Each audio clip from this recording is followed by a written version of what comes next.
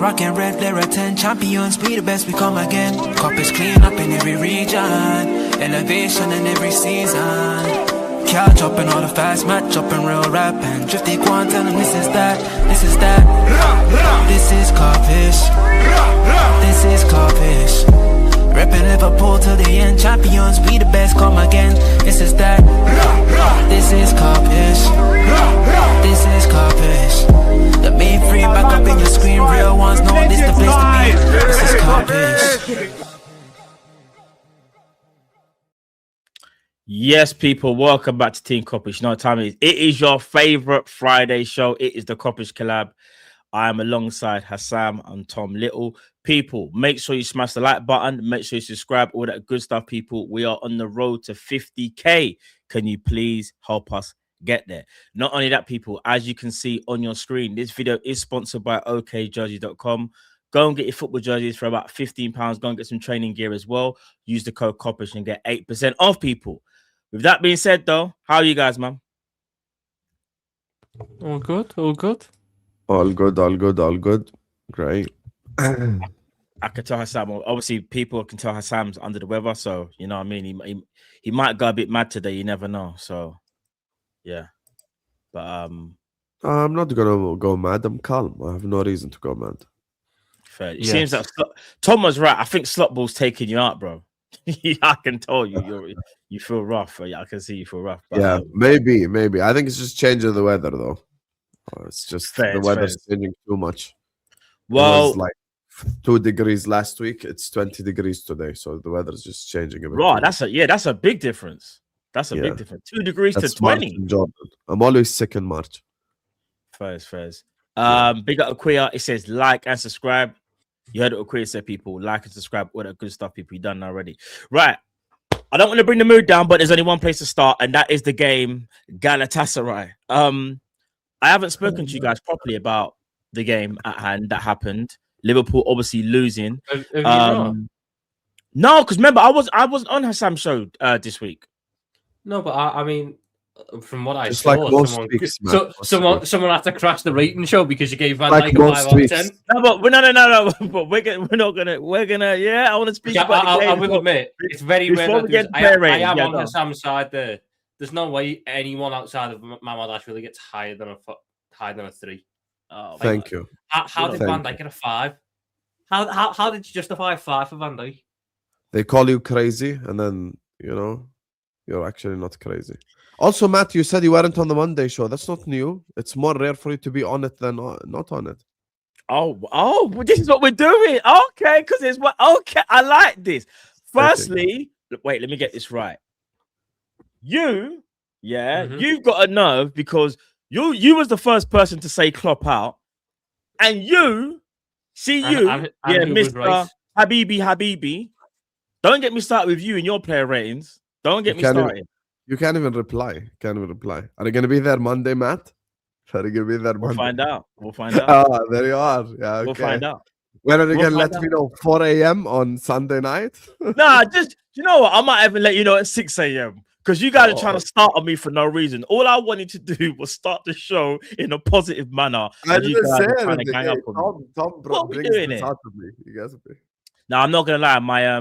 My appearance rate on a Sam show has been quite terrible, guys. I'm not gonna lie. Been moving like Isak. That needs to stop.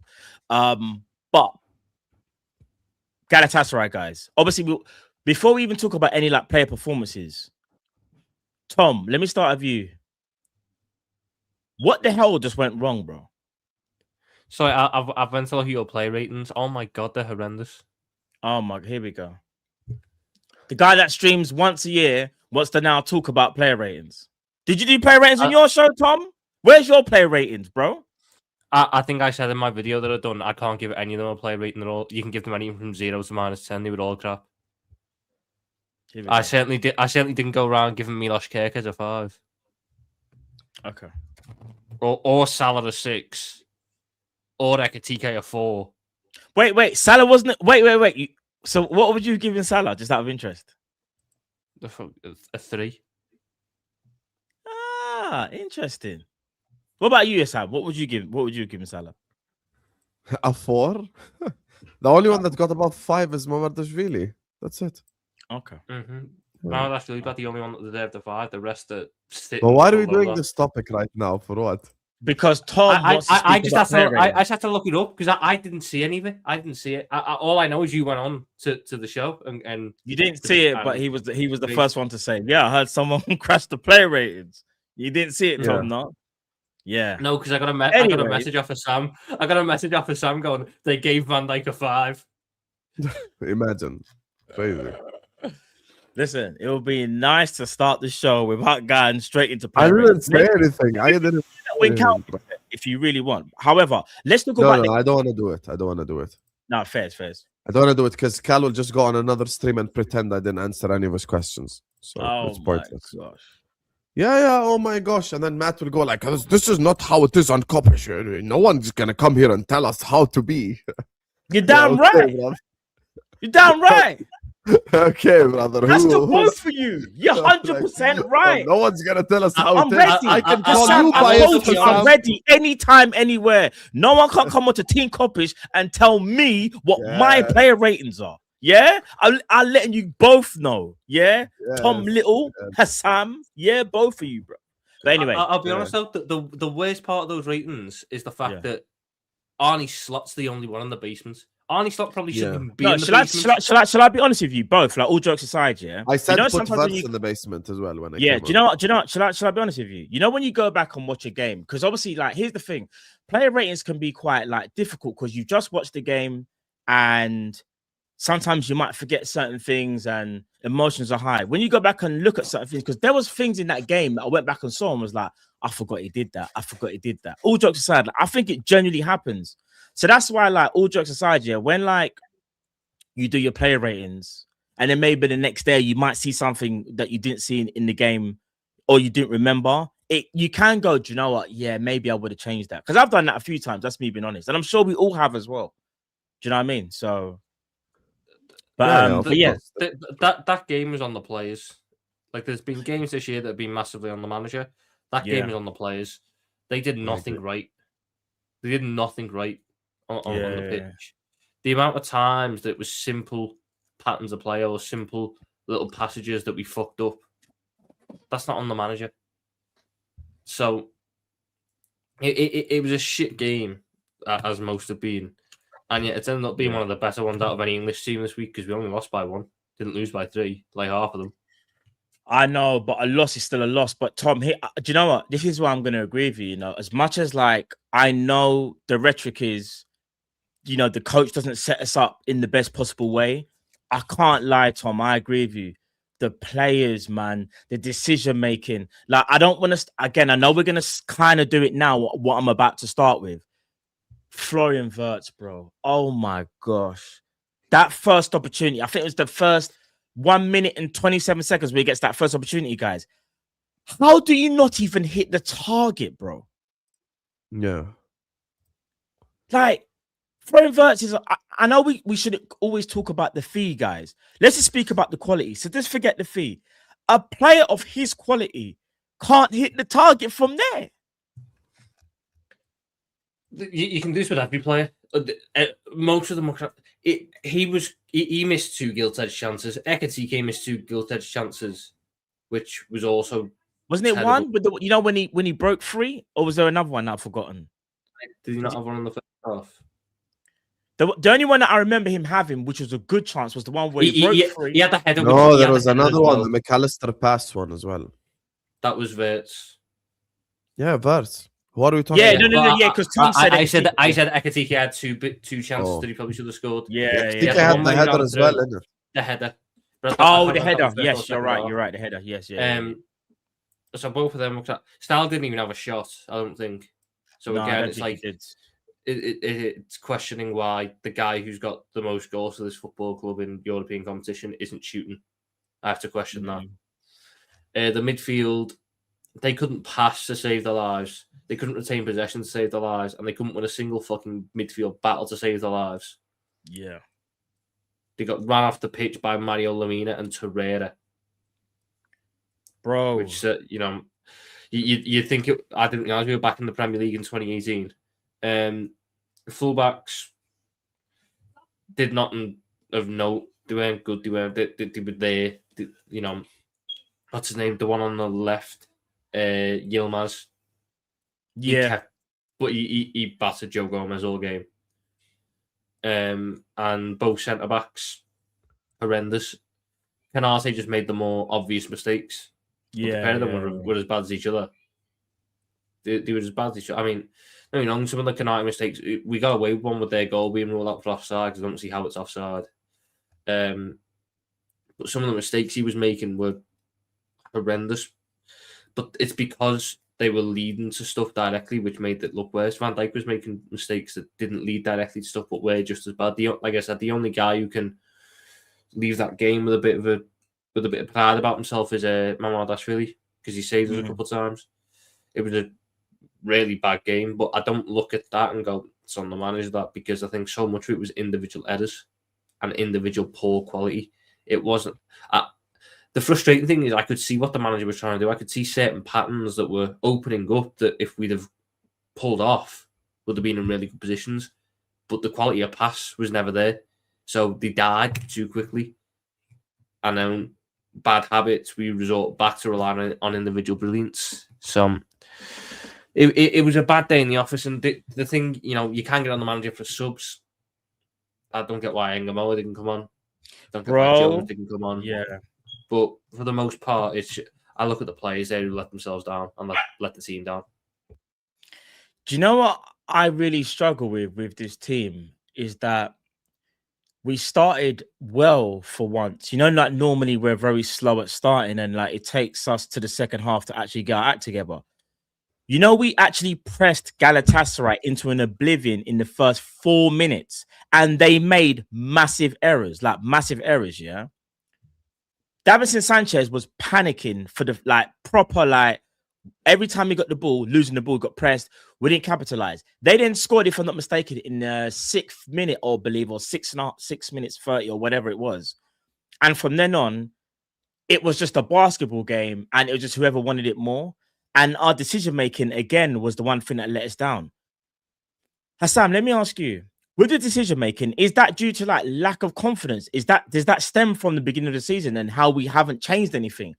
Does that stem from the manager's coaching, how he can't get these players into a mindset where they are just doing the right things, or is it just down to the players in your opinion, Sam? No, I think it's down to the players. Not everything is Slot's fault. I want Slot gone, but not everything is just Slot. We're not a bunch of robots here just repeating the same stuff every week. We have to look at the game and analyze it and speak about what happened. At the end of the day, Galatasaray didn't play a low block. Arne Slot didn't set us up in a wrong way. They didn't park the bus. They didn't play some counter press, that, couldn't that our players couldn't handle. We had more than enough chances. We could have scored 3 or 4 goals in that game. We just didn't. Even Ektike running 1-on-1 in the end could have scored a goal. Then it's 1-1. The header, as Tom said, the 2 Wirtz chances at the start. We had way more enough chances. That's already 4 chances right there that are all very scoreable. None of them are that much difficult chances. So we can come here and we can robotic, and we just say everything is Slot's fault, but it's just simply not, because he didn't do anything wrong from a tactical setup perspective. From the only thing that people say is he didn't bring on Rio Gamoa, he brought on his son instead. But I'm not. Rio Gamoa not starting away in Galatasaray, I think, is the right decision. But him not coming on, I think, okay, fair enough. That's something that you can be pissed off at. But other than that, he did nothing wrong, really. It's on the players. The players needed to do much better. The players needed to perform a lot better, and that's just my honest opinion. So, yeah. Tom, you're on mute. Yeah. If what we do is start to blindly ignore when players are underperforming because we think it's on the manager, then you're doing a disservice to the next one that comes in, because you'll ignore problems because you'll blame them on the past manager. As bad as Arne Slot has been with a lot of things this season, certain players in the big moments have once again let us down. And there has to be questions and concerns brought up about this, where I can't look at the manager in this situation and moan about it, because I wouldn't have changed much of anything. The only thing I potentially would have changed with the setup is put Wirtz in the middle and Ekatike out on the left. But I agreed with the lineup. Okay. I agree with the lineup for the rest of it. Maybe I would have started Frimpong, but Gomez made sense as well. I didn't really mind that. But ultimately, the frustration there is that the players simply fail to perform to the level that they need to perform to. And when they do that, I can't look at the manager and blame him. Every sub that came on pretty much performed better than the starters. Even Gakpo. Gakpo was probably our best attacker on the day. That says everything it needs to say about how bad you were. Well, so, I can't blame, the manager much, me. Guys, just quickly I as well. know that's part about Cody Gakpo. Sorry, Hassan, give me 1 second. Sorry, bro. Guys, in the chat, I know there's a few of you that's kind of going back and forth. Guys, please just be respectful. I know some of you guys are disagreeing about certain things, but come on, man. Guys, let's come on. You know this community, Hassan's community, Tom's community. I know we banter a lot and stuff, guys, but come on. I don't want guys falling out in the chat over some stuff. So come on, man. You guys know who I'm talking about as well. So just chill out, guys. Chill out. Sorry, Hassan, my bro. Go on, my bro. Nothing. I just wanted to say that, I wouldn't go as far as saying Gakpo was the best forward. I don't think any forward deserves any credit. Or any midfielder. Even Szoboszlai had a bad game. But Szoboszlai deserves leeway because it's his first time, having a bad game like this in a long time. So, yeah. These next two games, we have to come back and we have to win both of them. I don't care if you're the most positive slot inner. I don't care if you're slot's wife. I don't care if you're slot's son. If we don't beat Spurs and Galatasaray, you even have to be slot out, even as his wife. Honestly, these next two games, if Matt was manager with Tom as assistant, I would expect him to win. And by the way, I'm talking about draw for me is the same as a loss. We have to beat Spurs at home and we have to beat Galatasaray and go through. Simple as. If we don't, sack him in the tunnel before he even gets a press. If he doesn't, if he gets knocked out by Galatasaray, it's done. It's done and dusted right there. I mean, the notion that I said the only way he stays if he wins the Champions League. So the moment he goes out the Champions League is when he should get sacked. Yeah. If he goes out of the Champions League in the round of 16, there can be no defenders of him. It was somewhat understandable. It wasn't understandable. It was annoying last year, but it was understandable in a sense of they went on to win the whole fucking thing. And they're an unbelievable football team with a left winger that we should have bought. But that's by the by. This time, this Galatasaray team are not that good. They're not. You can see how to beat them. But if we fail to do that across 180 minutes, there should be no way he keeps his job. There should be no way he keeps his job. Agreed. When you're alluding to, and this is where we're going to get into it now. In fact, before I go there, you see how you said you wouldn't have done anything differently. If we're talking about the manager who I think has previously spoken about he likes to play with pace. And when he says pace, I think he was mainly talking about the wingers. Is there not an argument to say, and I'm going to go with this, Tom, the diamond?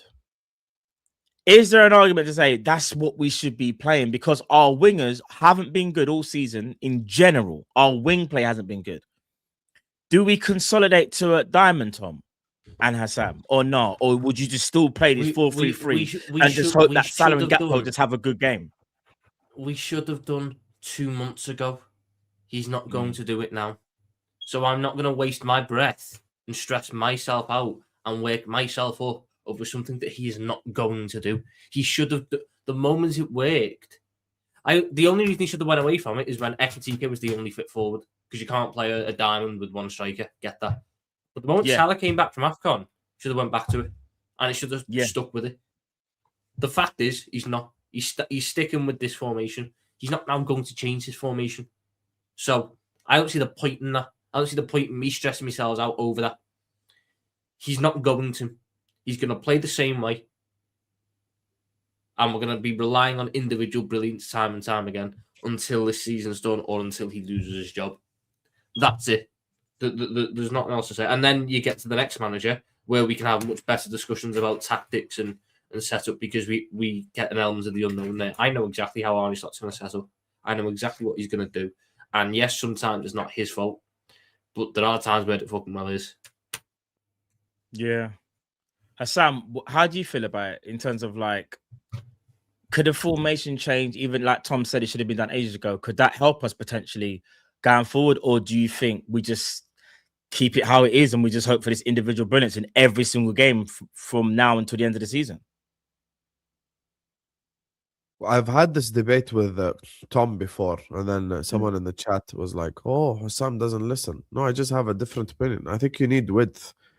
You know, this diamond stuff is cute and stuff, but I think we need width to win certain games. I think diamond might work in Europe, but not now against Galatasaray because it's pointless. Like that's the thing. Okay. So it's pointless because you're down anyway. So you're gonna have to go all out attack. So a diamond is pointless in my opinion.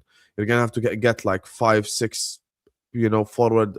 Against Galatasaray, you have to start the game peppering them anyway.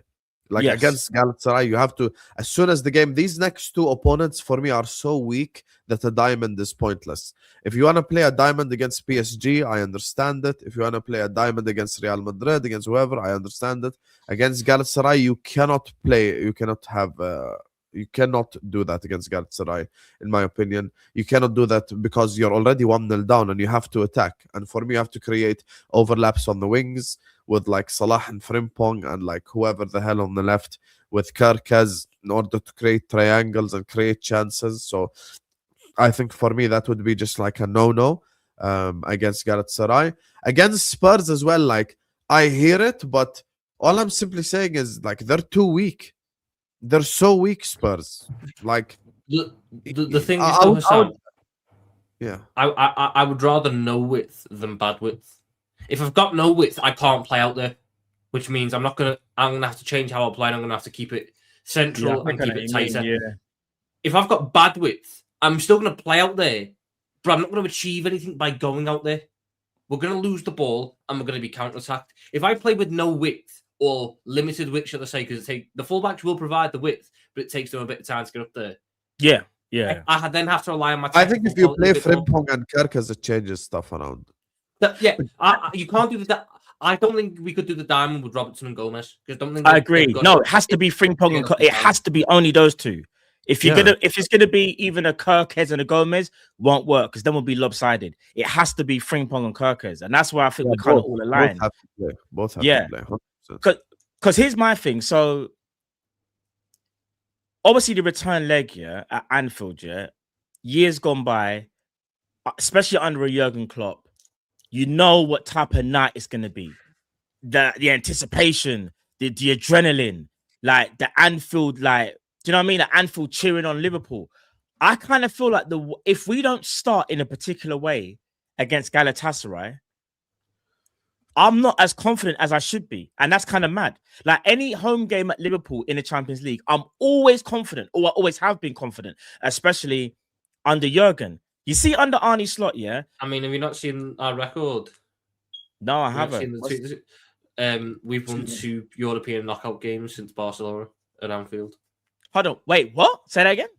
We've won 2 European knockout games at Anfield since the Barcelona game in 2018-19. Lost to Atletico Madrid in 1920. Lost to Real Madrid in 2020-2021. But that's 8 years. Mm-hmm. Lost to Inter in 21-22, drew with Benfica and beat Villarreal, so that's 1 win. 22-23, lost to Real Madrid. 23-24, beat Sparta Prague but lost to Atalanta. 24-25, lost to PSG. And this year, this is the thing people need to understand. This is why I'm saying, look, it's unacceptable. You just can't. These next 2 games are must-win games. I don't care what you tell me about recruitment or Richard Hughes or Edwards or the summer or we're not the second club. These next 2 games, you have to win both.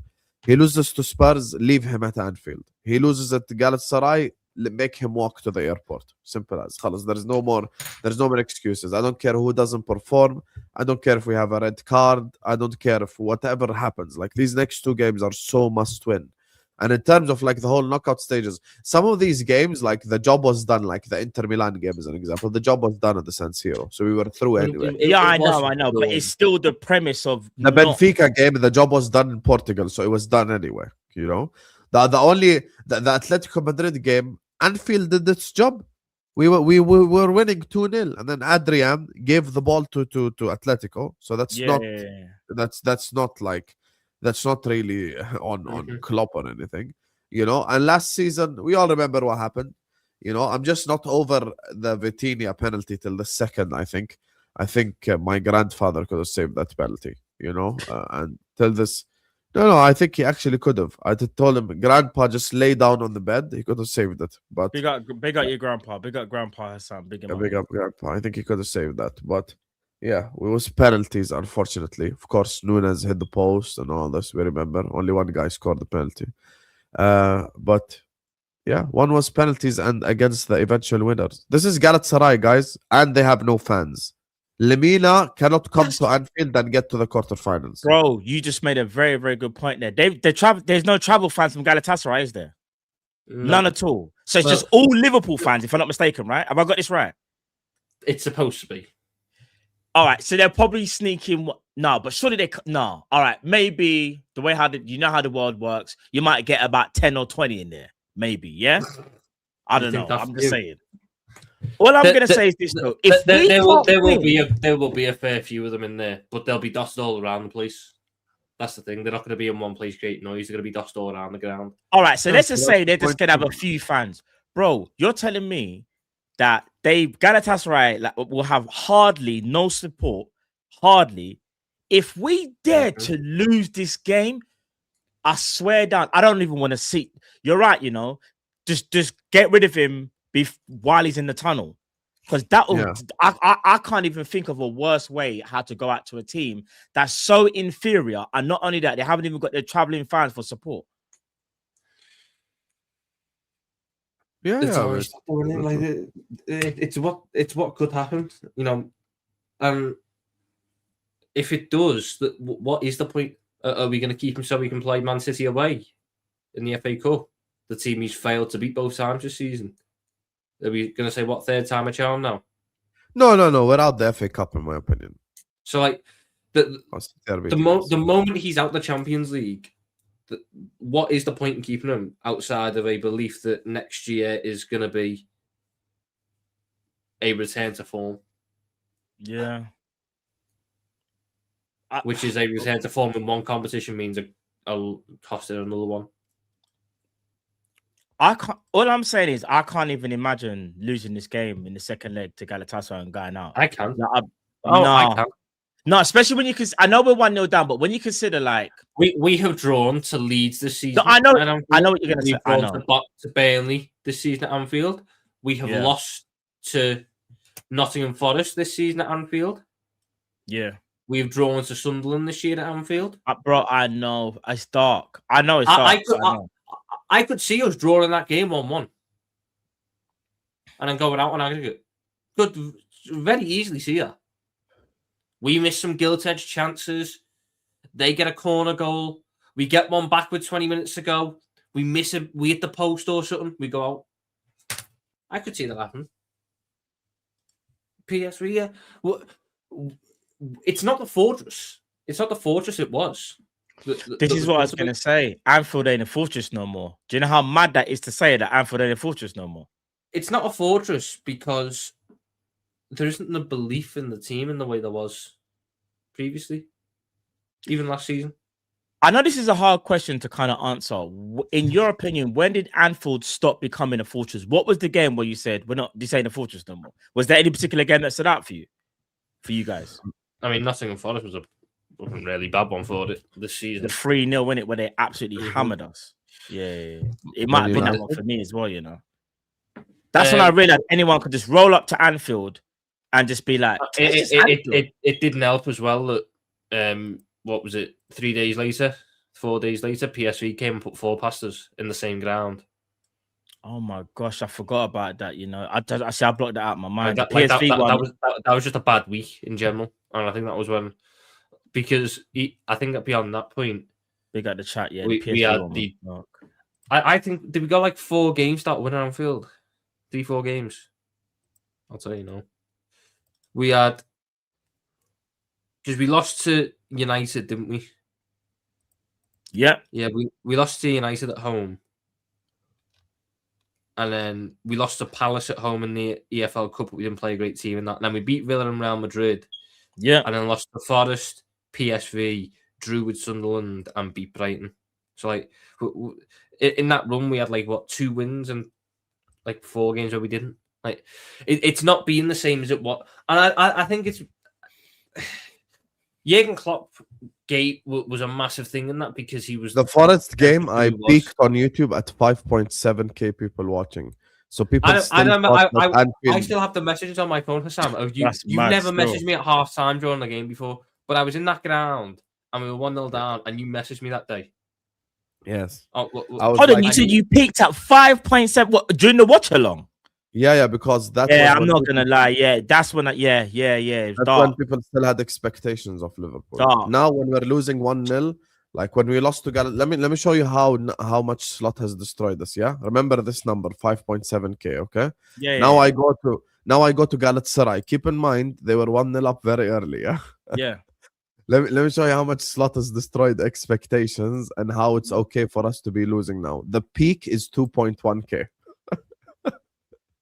3,600 people just realized, Liverpool lose every week. It's okay. Yeah, this is nothing new. Whereas, you're so right. The Forest game was like, what do you mean you're losing to Forest at home 3-0? Whereas now, do you know what's actually scary?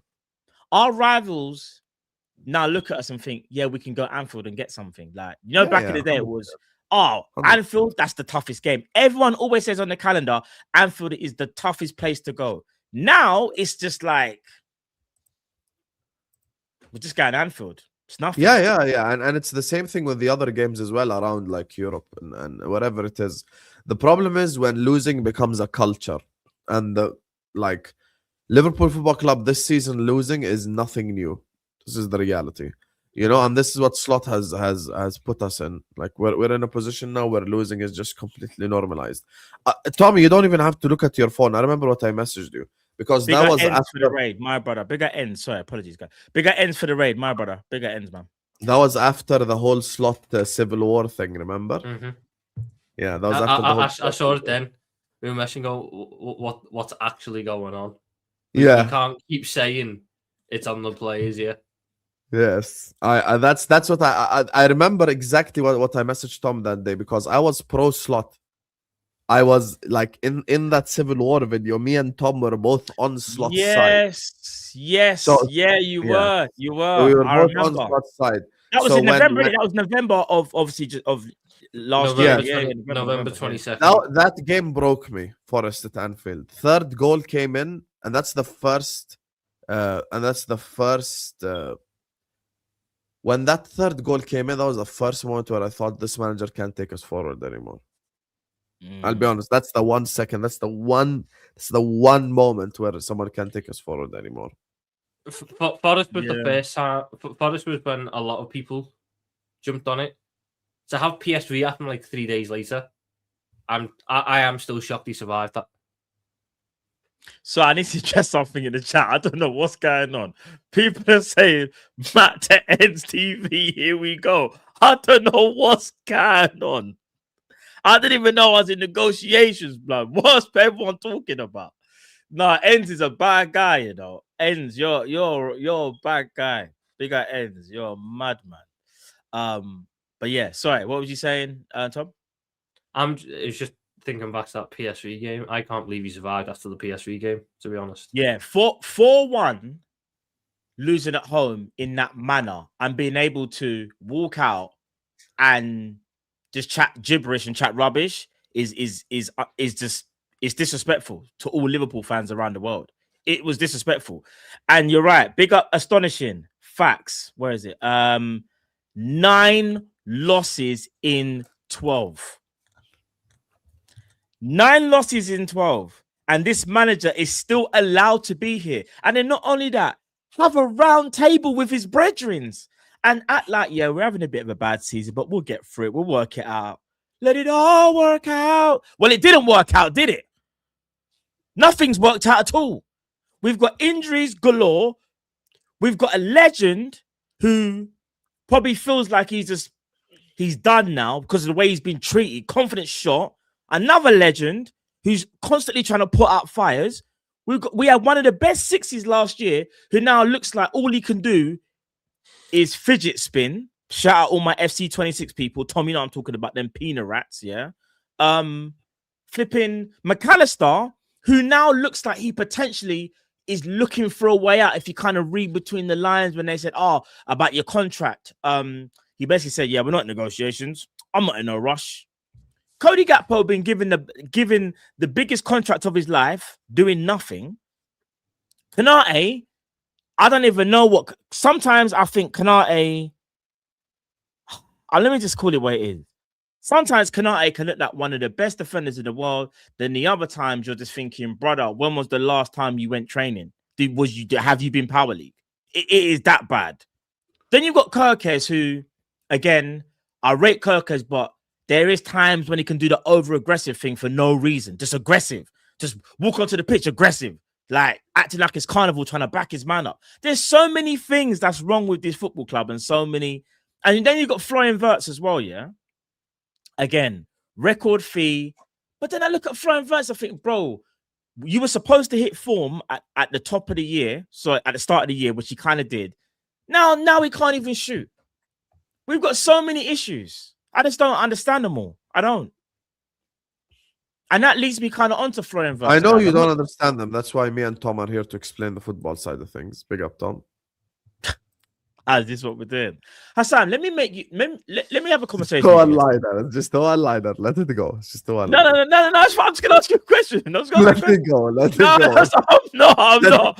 One line. Don't be petty. I'm not going to be petty. I promise you, I'm not going to be petty. I want to speak to you about Florian Wirtz, all jokes aside. Yes. Hassan, I know he's nearly been here for a season now, yeah? Is there a concern for you in regards to Florian Wirtz, or are you still okay with it all and you think that he will be okay? Or is there yes, genuine concern? There is a concern. I'll tell you why there is a concern. Very simple way to answer this is the following.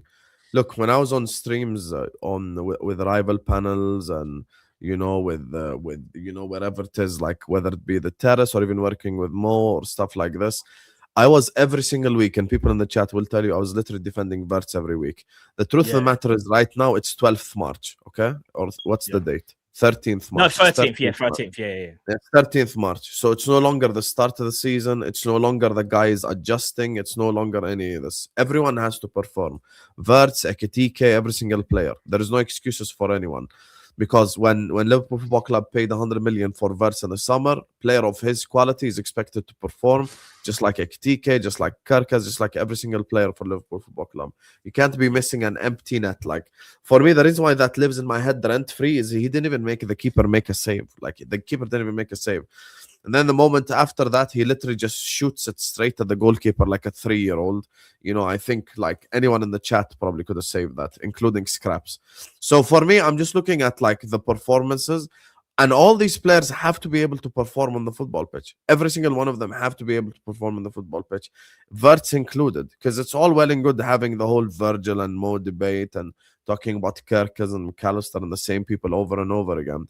But the truth of the matter is, even the ones that we usually, look at and think that they perform, didn't perform against Gala. And they have to perform these next two games.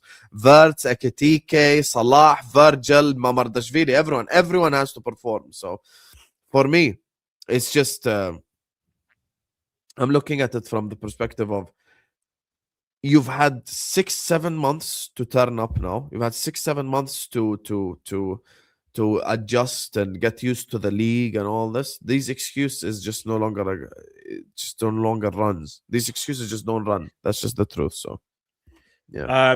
Tom, let me ask you about Florian Wirtz. Are you of the same thing? Are you concerned about Florian Wirtz, or do you see it a little bit differently and you think to yourself, well, it's his first year adapting to the league and we brought him in for 6 years. I think his contract's 6 years, if I'm not mistaken, or 5, but it's just one season. Or are you in agreement with Husam? There's more of a concern there.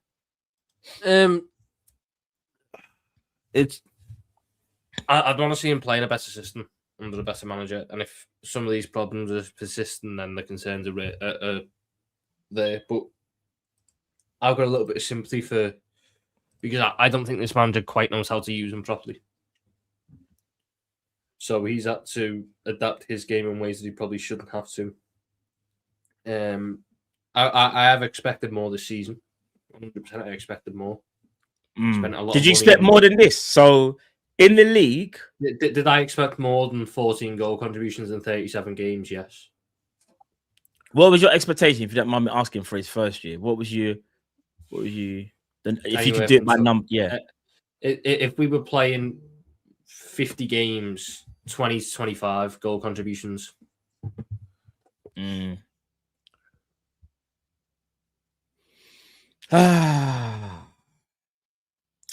the thing is, though, even though even myself, I know that there's more that he can do. There is that whole the way how the managers utilized the team this year definitely hasn't helped Wirtz.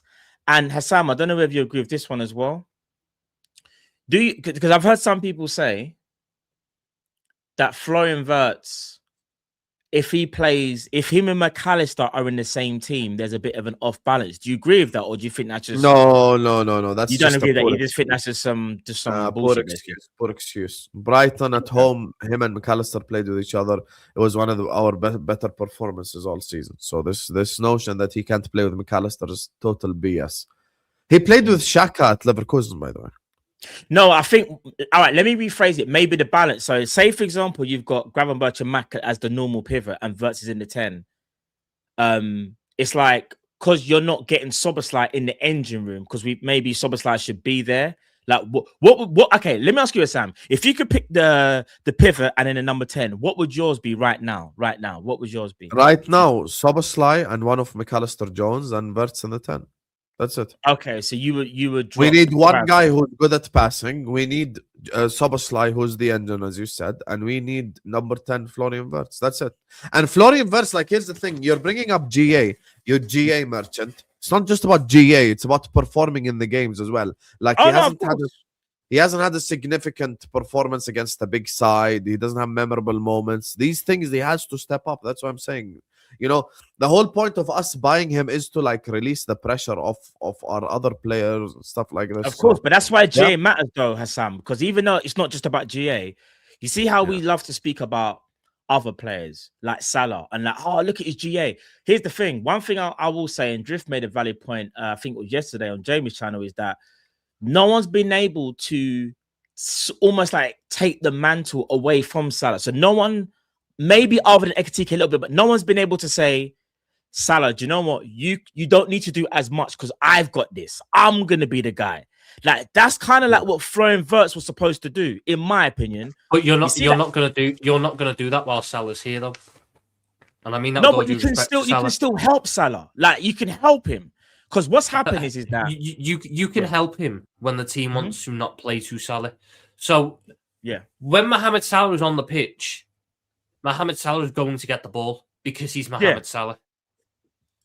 Agreed. Mohamed Salah's not. I'm not saying the ball naturally goes out to the right. When we are chasing a game, the ball naturally goes out to the right. The only time it doesn't is when Engamoa plays, because it goes out to the left because he wants to do one-on-one ISO ball. But when Liverpool are playing football, the natural instinct, as it has been for the last 5 years, you think they always defer to get Salah. The ball to Salah. It's to get the ball to Salah and give it to him because of who he is, because of his legacy. When Salah wasn't playing, did we look much better? No, not necessarily.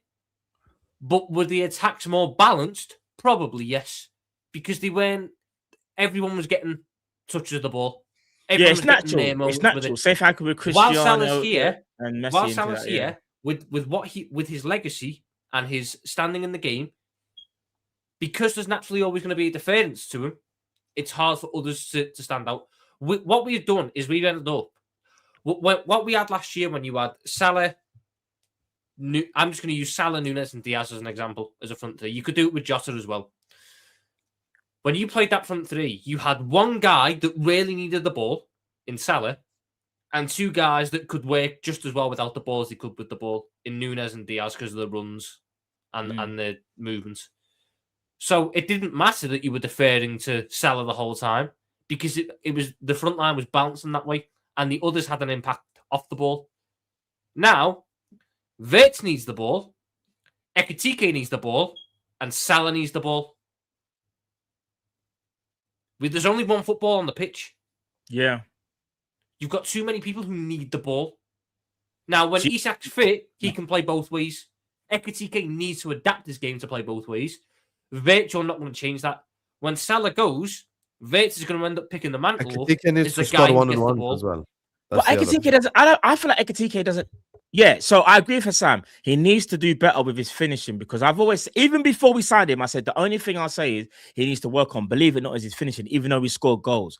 Because you see, when it gets to like them crucial like part of the season, and you need your strikers to bury them chances. You might only get 2 chances in a game. You have to bury 1. But in terms of him adapting, Tom, in terms of his playing style, I don't know if I agree with it. Only because like the way how Ekitike plays the game, obviously, like I understand that. Sometimes he can get out of position and he's not spearheading the attack. So he's dropping deep to kind of help him build up play.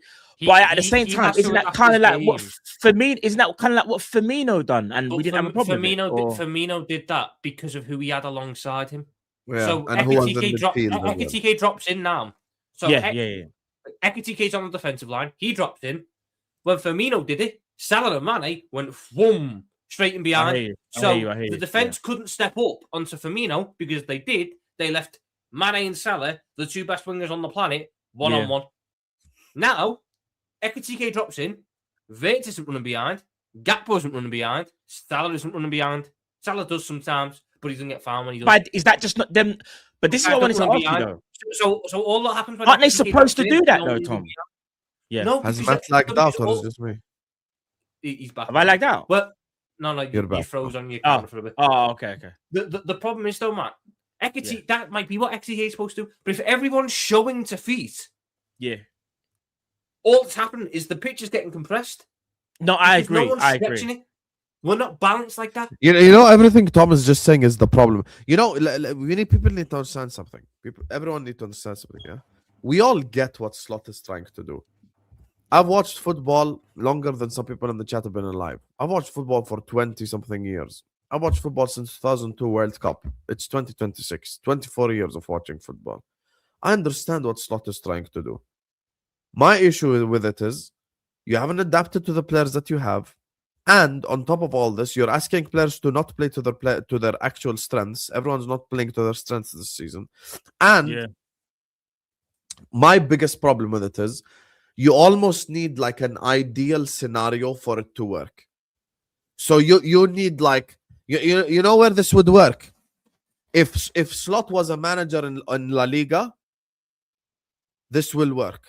Yeah, like in La Liga, it would. I agree. I believe it would as well, bro. In La Liga will work. You know, where you have like a midfield pivot like that, and then 2 wingers who get past the fullback and blah blah blah, and like it's a different style of league. Against space and power, it doesn't work. It's different. Like, by the way, even we saw with Chelsea PSG, their goalkeeper made a bozo error, and after that they collapsed. But for 75 minutes, they hung in with PSG, and the scoreline was 2-2 because of their athleticism and because of that Premier League athletic ability that exists in this league like no other. It's the truth. Brentford, Aston Villa, Brighton, clubs like this can run you down on any given day. The greats in the Premier League all adapted. Pep Guardiola won a league title with KDB playing false 9.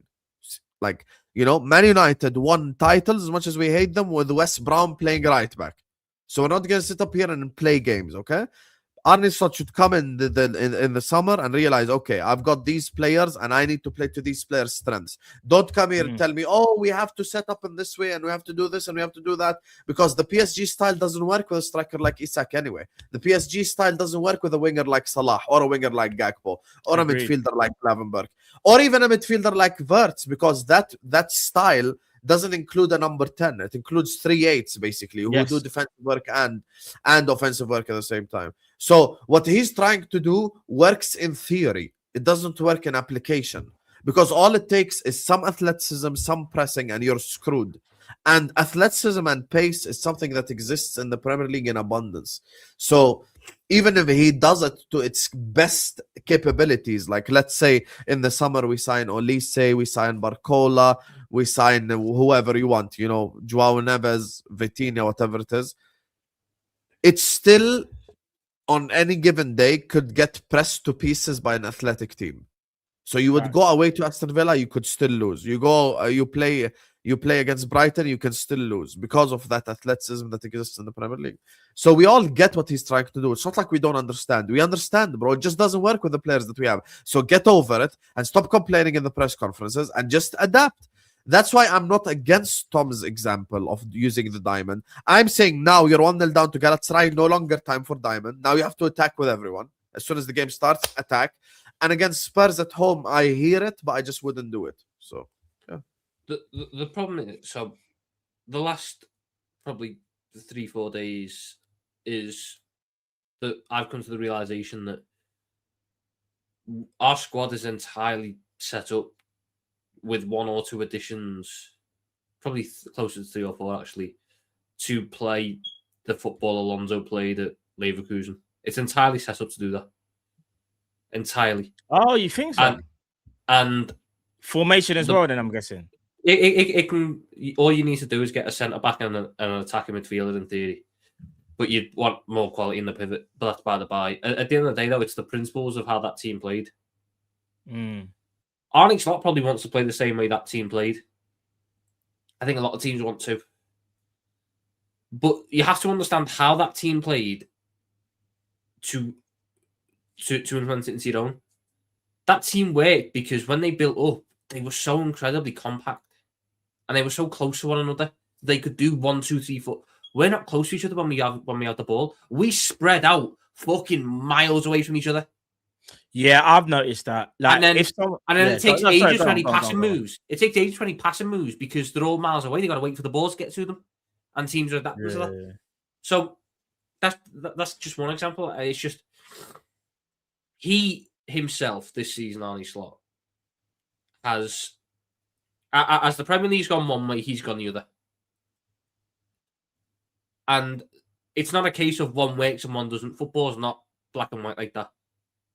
There are ways for the way we play now to beat that way, but he doesn't play that way. He's trying to play a passing style of football with a pressing styles principles. When you're pressing, you want to be spread out because you're almost relying on giving the ball away in certain areas to win it back high up the pitch. With a passing team, you need to be compact because you need to pass the ball 3-4 times in a second. Man City, you need to be in close proximity with one another, 100%. Yeah. So the ideas and the principles, they don't align, and because they don't align, you just see a very broken team at the minute. And he's shown no signs of being able to fix that, and because he's shown no signs of being able to fix that, I'm not confident on keeping him in the job.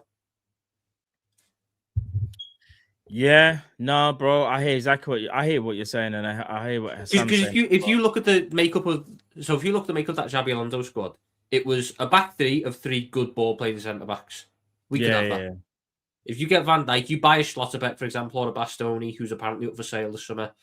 You've got Xhaka. Konate is serviceable, especially in a back three. He's probably a little bit better because he's not to do a lot of the build up. You need 2 attacking fullbacks, one of which is effectively a winger. Which was what Frimpong. Yeah, Frimpong and Kirkes will be. If only we had the right wing back that Alonso specifically designed that system for. Oh wait, we do. Then you need a double pivot, one of which is Sorry guys, am I lagging? Yeah.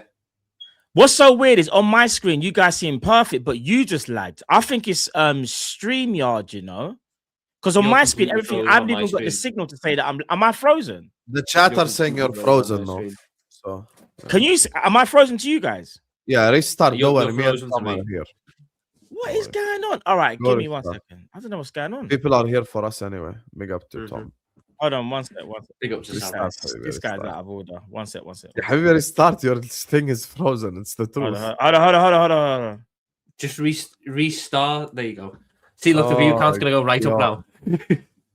Welcome to Husam X Tom Little. How it all started. But talk to me.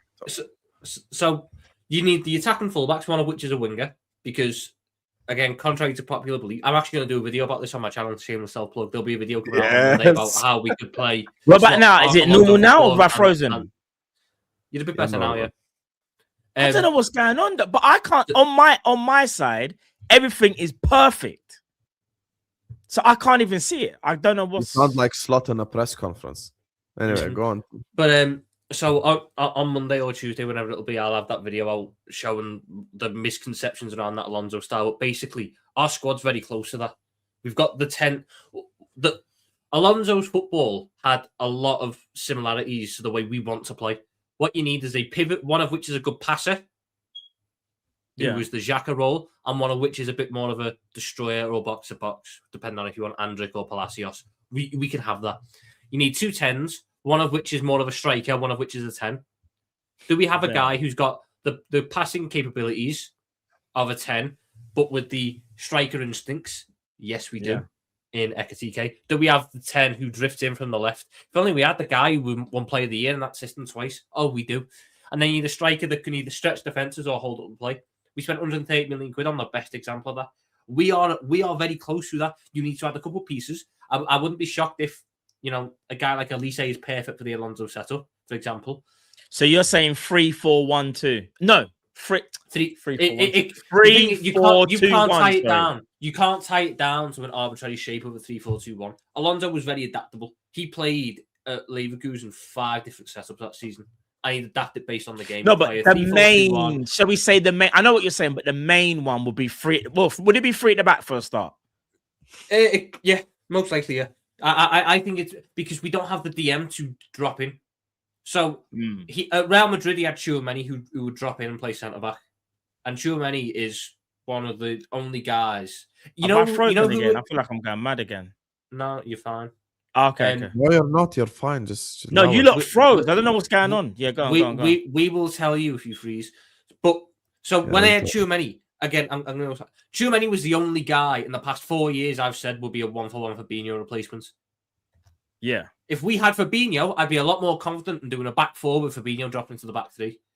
But my options to drop into the back 3 are Gravenberch, who can't pass long distance and can't break lines with his passing very well, or McAllister, who can't, beta press very well.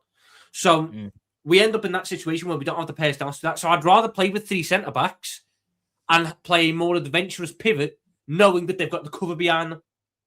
You do that, you're fine. At the end of the day, like I said, Slot's principles and the way he's trying to execute them do not align. So we're a very broken team. And I think it's because he doesn't quite understand the principles he's trying to implement. You need to get a manager who understands those principles that he's trying to implement. Xabi Alonso understood it. Xabi Alonso was ahead of the game. Xabi Alonso, you ready for this? You know all these teams that have battered us this year, i.e. Man City twice, have a guess how they set up defensively? The same way fucking Alonso did at Leverkusen and at Real Madrid, because he was correct with the way it was going. Teams now set up in a effectively 4-1-3-2 to pressure because Alonso was doing that. And it's the most balanced when you've got the right setup around it. It didn't work for Man City against Real Madrid because Pep fucked up and didn't allow his centre-backs to be aggressive. Alonso was allowing that. Do you know who worked wonderfully in that system? Konate. Because Konate would just have to follow someone and then bully them. He can do that. And it's just stuff like this which makes me wonder why we're standing by and sticking here with this. Why we're standing by and sticking here with this when the opportunities are presenting itself. Because Arne Slot, Tom, everything you just said, like, no one is disagreeing with a word you say. And the way that you broke it down, even with I agree with what Tom's saying, yeah. Yeah, to the strengths of the players and everything. But with Arne Slot, there's just no way. Yeah, Slot can't do it. Slot can't do it. Welcome to the show, Jiff. Let me. All right, so Jiff, let me ask you a question. Yeah. Cool. So Tom's saying he would like to see us. Let's say we were to change manager. He thinks also Alonso could work because he likes the way how Alonso sets us up in the free. Like basically our squad is set up for an Alonso style team, from formations to tactics. Are you in agreement of that? Because I know you're kind of like against a back 3, but to Tom's point, he kind of feels like with the players that we have and how we have, the players, if you're going to play to their strengths, you should play like an Alonso. Do you agree with that or you disagree? Yeah. The chat have actually given me some joke today. A couple people are in there a bit weirdos, but chat have made me a bit mad today still. If we go to a back 3, then we almost kind of don't really need to go and buy wingers. You don't need to buy 3 of them. So a lot of the links we've had, right, are for wingers. Mm-hmm. At least say Diamonde. If we go to a back 3, there's no need for any of them. Alonso's you play 2 10s, not right? Not necessarily, because Alonso's setup could play with wingers. Like Alonso, Wirtz is a 10, but he also had Terrier, who was a winger, and Hoffman, who was a winger who could drift inside, and Nathan Teller, who when he played him in the front 3 would play as more of a winger. Yeah, but what I mean is, there's no, if they're already at your team and you adapt them to the system, fair enough. You got to work with what you got. But if you're buying players from scratch, you'd more buy 10s and fullbacks to implement that with what we've got. We don't need to buy fullbacks. We don't need to buy fullbacks. We've got the fullbacks for it. What we do if we're going to go to a 3-5-2, because we know that Frimpong is injured a lot, so we'd have to go and buy another one.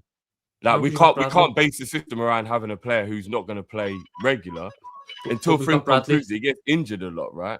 So what would we? I mean, I guess Bradley can play wing back, but who won Player of the Year at Bolton as a wing back? Yeah, no, but what I mean is they're both so injury prone. Like we couldn't have what happened this season. Sure, but I can't. Like Szoboszlai playing at wing back would have like really messed up the plan, right? If he'd have had this season and he had 2 of them injured, and then he's trying to play Jones or Szoboszlai as wing back, it would have, because the plan wouldn't have gone. Szoboszlai could work as a wing back pretty easily. Nah, come on, Tom, and that would have been weird. That wouldn't have been, because remember, they are like almost the system when you play 3 at the back. Like if you don't have good fullback, you can't really play that system well. At Man United, I know Amrin ended up being crap, but I think one of the main reasons why it didn't work is because Mazwari and Udogie, they weren't really good. If you look at the way Xabi Alonso's Bayer Leverkusen are set up with their wing backs, Frimpong was one of them. Frimpong's one of them. Who was the other one? Grimaldo, who was effectively a midfielder turned wing back. Do I think Dominic Szoboszlai season, bro? It depends to the individually. Szoboszlai had done a whole season of wing back. It would have been crap. It wouldn't have worked. But he wouldn't have. But he wouldn't have had to, because Frimpong and Bradley haven't been injured all season.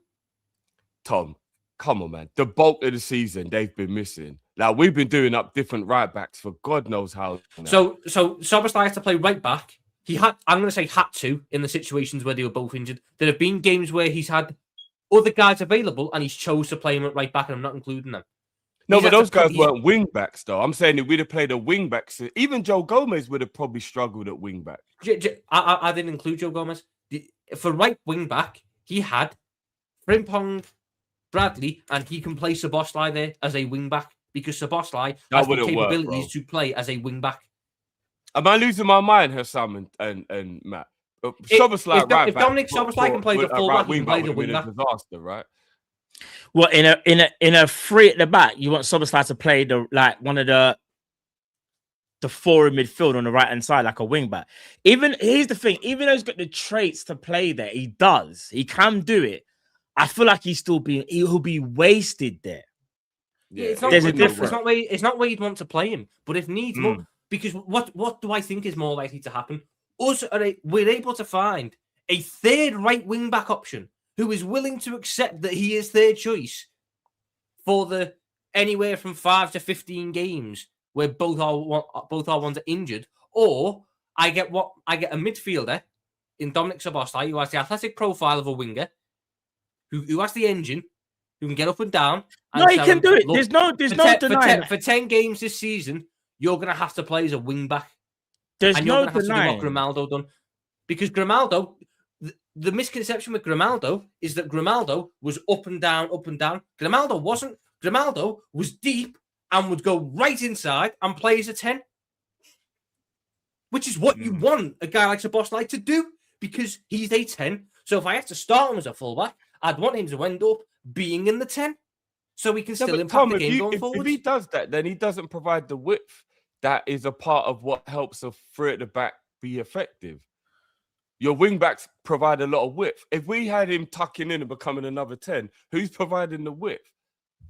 That's the fluidity. So it could be the striker drifts out there. It could be the 10 drifts out there. It could be Szoboszlai goes high and wide. But it's about having the fluidity Because if our entire thing is based around one guy is up, down, up, down, up, down, you don't have to like it. It won a league invincible. It clearly has a bit of merit around it because it won a league invincible. Man, Premier League's different, bro. When was the last time beat Premier League teams? He won it with Leverkusen, though. Not with. When was the last time he hit the back work in the Premier League? I don't know. Maybe when Thomas Tuchel's Chelsea. That was a very solid team. Because Tuchel didn't get anywhere close to winning the league, bro. So it would be Conte 10 years Tuchel ago. had 1 year when he finished third behind two of the greatest teams to ever play in the competition. No, but I'm just saying he didn't win. No, but Drift. It's disingenuous to say that 3 at the back only works if it goes and wins the league. No, but that's what we're trying to do, bro. Liverpool ain't just trying to be in the top 4. We're trying to win the league. But that Chelsea team was one of the best performing teams that season. Its underlying numbers were exceptional. Its problem, its deficiency, if you want to go Moneyball with it, was their strikers were Lukaku, who threw his toys out the pram in November, Havertz, who was wank, and Timo fucking Werner. You could have the perfect system, but if they're your striking options, you're going to drop points in games you shouldn't drop points in. The fact of the matter is that team went on to win a Champions League and reached 3 cup finals in 12 months. Do you know what it is? Can I be lost two of them on pens to us? Shall I tell you what it is, guys? I understand. That same year that Tuchel won the Champions League, have a guess. You wouldn't believe that Pep Guardiola played a back 3 for a couple of months. No, Tom, no one's not saying like a back 3 can't be utilized, like if need be. But I do think a whole formation change, in my opinion, to a back 3. I just feel like we're saying that because Slot has depressed us so much that we now feel like it needs to be a complete overhaul, like from everything. And I understand why you would fit like that, because some of the players that we do have, they probably do suit like a back 3 system. However, I still feel like Liverpool are absolutely fine playing a 4-3-3 or a 4-2-3-1. The problem is we just don't have the right coach to implement the ideas, and that's why you probably feel like disillusioned, because you're probably thinking, if he's going to be here, just play a back 3, or if we bring in Alonso could come in and play a 4-2-3-1. That's what he done it at Madrid. Alonso didn't play a back 3 at Madrid, you know. But it looked the same way as his Leverkusen team did. No. Because football isn't just a case of you play one way. So all Alonso wants to do is form the same shapes. When he has the ball, he wants to form a 3-2-5. However he gets there doesn't really matter. He wants to form that 3-2-5. Now, in the 4-2-3-1 at Madrid, a lot of the time it was Tchouaméni dropping in at centre-back. At times it was Carreras coming in and being that other centre-back, which didn't really work because he's a bit more attacking. Or it was Tchouaméni dropping in. Now, let me ask you, out of everyone we have, which is the best option? Are we dropping Ryan Gravenberch into play as a centre-back, or are we telling Milos Kerkez to stay as a centre-back? Or are we better off just going, you know what? Why don't we just play a third centre-back naturally, and then we give the licence to everyone else to be a bit more adventurous because they've got the coverage of having 3 guaranteed centre-backs behind them? But you see, last year when we won the league, if I'm not mistaken, there was elements of, at times, let's just say we made adaptations at half-time, where sometimes like Grav would drop into the back 3 at times. Like I do remember there was some games, right? And here's the thing: when we played Man City away, we played the 5-3-2. Yeah. What I'm gonna say is this though: I don't think we need to change like an overhaul. Like we need to change the formation. I think you're right in terms of like ideology, in terms of maybe the shape of the team can adapt during the game. But you see, like especially like from a defensive shape, like I still feel like Liverpool's best strength is the 4-3-3, not even 4-2-3-1, because I feel like the 10 can get isolated at times, and then there's a breakdown, there's a massive gap between the 10. Unless if it's Soboslai there, you're all right. But if it's not Soboslai and it's Wirtz, can't cover the ground as much. So I hear what you're saying. I'm just thinking, if we was to get Alonso, would our best bet be a back 3? Me personally, I don't think so. But I understand your ideology though of in possession, you maybe want to go to a 3-2-5. We are going to end, if we have Alonso, we're going to end up in a back 3 when we have the ball. It's which is fine. I've got no problem to that, you know. It's about the balance of it and what we do when we don't have the ball. So the balance of it for me is with the profiles we have and the limitations of certain players, i.e. Gravenberch, combined with the fact that we don't have Trent Alexander-Arnold to do the build-up for him, I feel like if you put Gravenberch at centre-back, we're going to be extremely limited in build-up. Whereas if you play a back three with 3 natural centre-backs, you're going to have a lot more balance about it. I think a back three of Schlotterbeck, Van Dijk, and Konate is better than a back three of Van Dijk, Gravenberch, Konate, both with the ball and without the ball. Gravenberch then doesn't have to jump back up into midfield to pick someone up, just to then track them back into centre-back anyway when we're settled in deep. For me, it just makes an awful lot of sense with the squad makeup to commit to a back three. And you can have the flexibility to play a back four. Because you want Alonso, though, Tom? Like, are you just like convincing yourself it'll work because you want the manager? Nagelsmann play the back three. I like Nagelsmann. Inzaghi play the back three. I like Inzaghi. It's not because I solely want Alonso. Put the Inzaghi in the back. I just think the balance of our team is better in a back three at the minute. I think that we have wing backs, not full backs. I think that we have pivots and 10s. We don't have 8s. We don't have the 8s to play a 4-3-3. We're either asking. Once we just buy an 8, slow. Isn't it easier to buy an 8 than change the formation though? I know I'm being a bit simplistic here. I'm being a bit thingy, but like, let's say just quickly. Let's say like we brought in just one midfielder and he is a box to box. Would you feel more confident than that Liverpool's still doing a 4-2-3-1, knowing that maybe you've got another box to box midfielder, like to play alongside a Soboslai or Michael or Grav? Like, would that be better, or you still feel like again? If we're doing a 4-2-3-1, and I've got a box to box, then I need to buy another pivot who is basically Fabinho light to do all the covering whilst the box to box is that end of the pitch. But isn't that easier? And not only that, players are more. Please find me Fabinho light. As I said, there's one player in the past 5 years who I've seen that can do that, and that's Tchouaméni. And he can't even do it now. His body's fucked. Because guys like Fabinho no longer exist. Because for the past 6 years, all any young footballer's played in is a pivot. They're either good passers or good defenders. They've never had to learn to be both because they've always had the partner to do the other thing. They've always had the partner to do it. So there are no real lone sixes left in the world now, especially not ones coming through. So I'm forced to play a pivot because I don't have a guy who I can go, look, I'm going to put you there on your own and I'm going to give a bit more license to these two because I know you can do that. I know you can cover. I know you can pass. I know you can defend. Single pivot DMs do not exist right now. They will come back in 5 years' time, but right now they're not here. So I need pivot guys. I need pivot guys. You don't need to play wingbacks to have a pivot, though, Tom. You don't know, but I'm looking at the squad. Sorry, guys, give me 1 second. I'd rather we played the wing backs because I bought wing backs. If I had guys like Robertson, who was starting week in, week out, fullbacks make a bit more sense. But I've got guys like Frimpong and I've got guys like Kerkez whose strengths are up that end of the pitch. They can defend, sure, but as we've seen with Kerkez this year, how wasted is he when we play him like a fullback played last year for us? It's fucking pointless. He's definitely better when it comes to going out wide. He's a wing back. He wants to be getting up the pitch and having an impact up there with his crossing. Same with Frimpong. Frimpong's an even more extreme version of that. Frimpong is a winger. And you adapt the setup so he can go high wide and then the guy comes inside. Makes a lot of sense. We have the wing backs there. When we play Frimpong at right back, he's a bit limited because he's got to run from so deep or attack so late that he often doesn't get the ball. Yeah, and then you look at the setup up top. If I've got these wing backs who are so good at going forwards and so good at providing width, you know what I want to do with my front three? I want to get them narrow and I want to get them tight together. And I want to have it so they can interplay with one another. What's the problem with our front line now, Drift? They're all so spread apart. The wingers are as far away from each other as they possibly can be.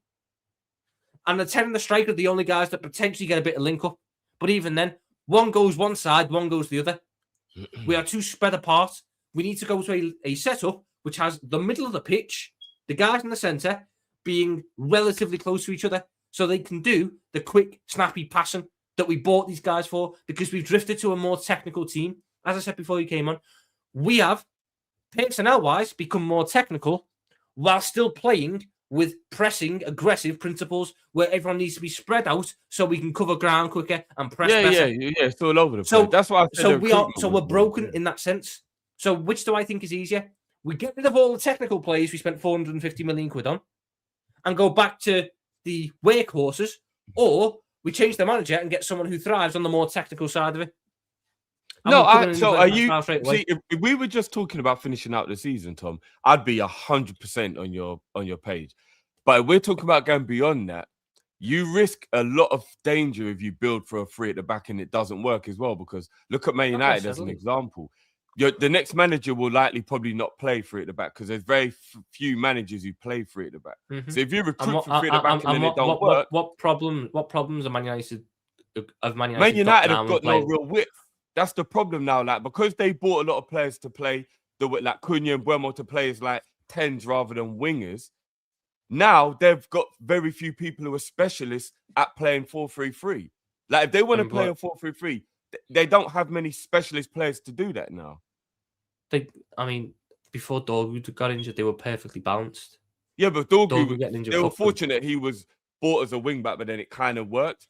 Like, Kirkes couldn't do what Dorgu's doing. As an example, so if we changed, it would be a problem. Kirkes probably couldn't. What do we do now? Kirkes probably couldn't, but Frimpong could.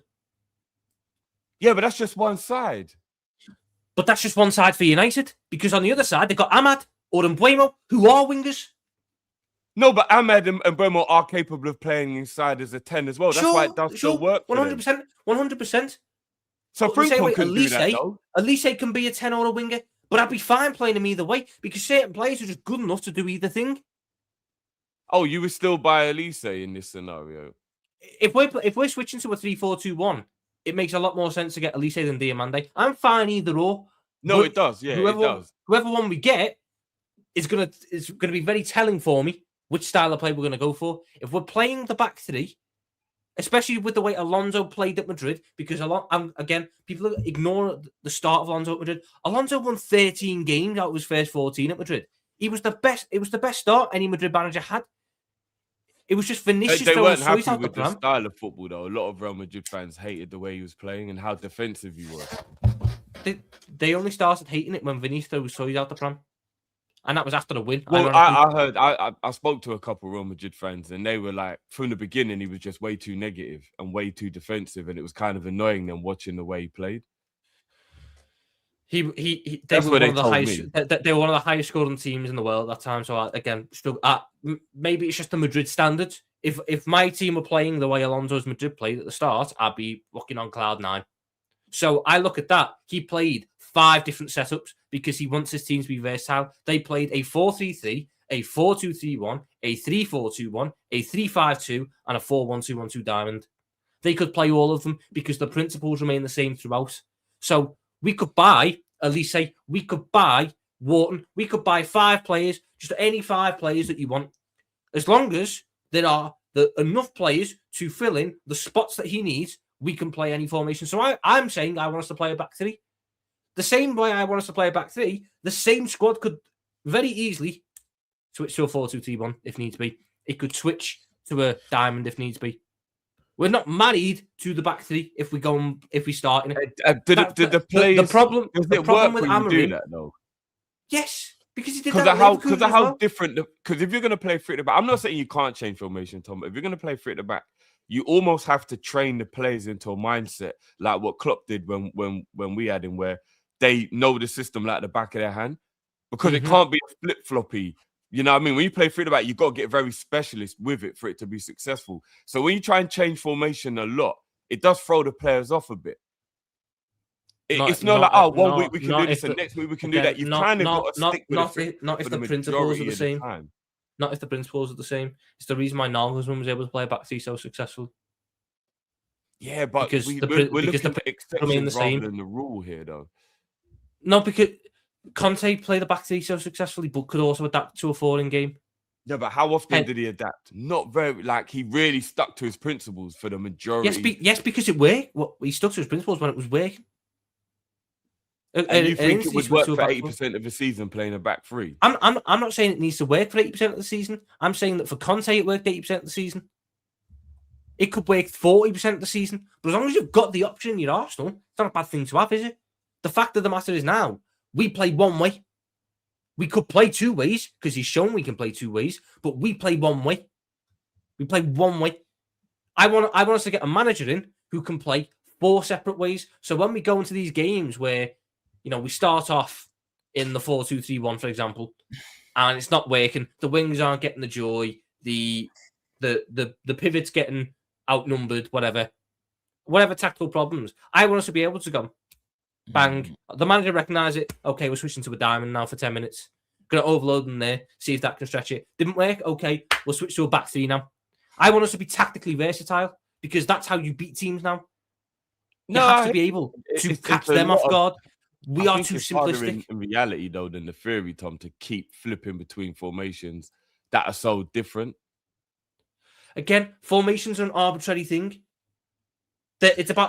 Formations are effectively. I'm going to say Alonso would play a 4-1-2-1-2 diamond and a 3-4-2-1 the exact same way.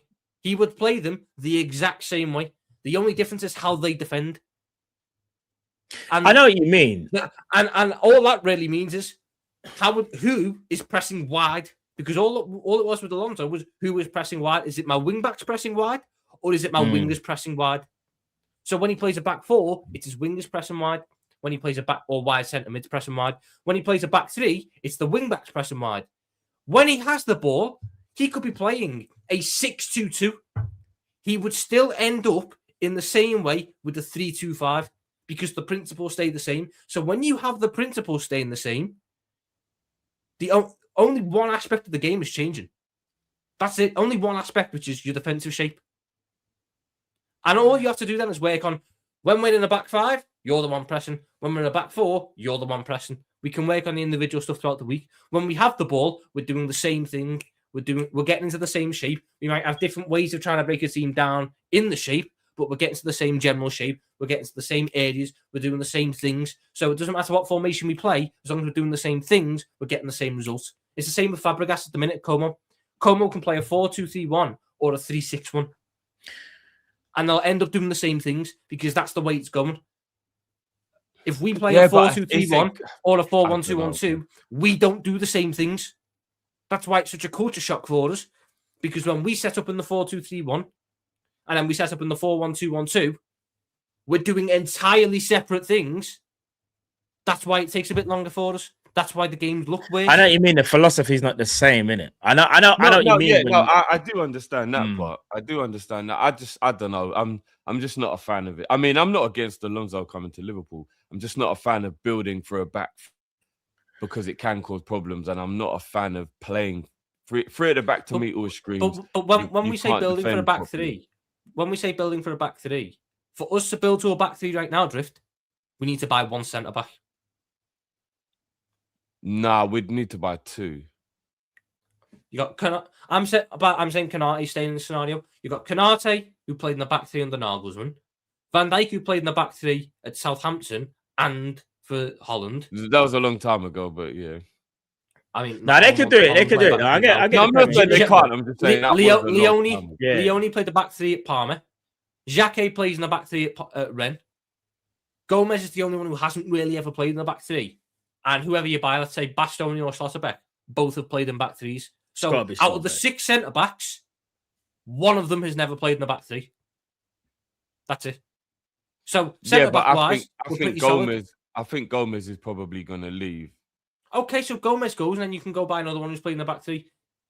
No, but that's what I'm saying. I think you need to buy 2 centre-backs if we're going to do that. I don't think we'd be able to just buy 1. We'd have to buy 2. But you could, in theory, just buy 1, because if you're not married to the... So if you're playing a back 3 consistently, you need 6 centre-backs. If you're playing a back 4 consistently, you need 4 centre-backs. So the middle ground is probably get 5 centre-backs so you can rotate between a 3 and a 2. Because you shouldn't play the same formation every game of every season, because you'll get found out. So you need the flexibility to be able to switch to a 4 or a 5.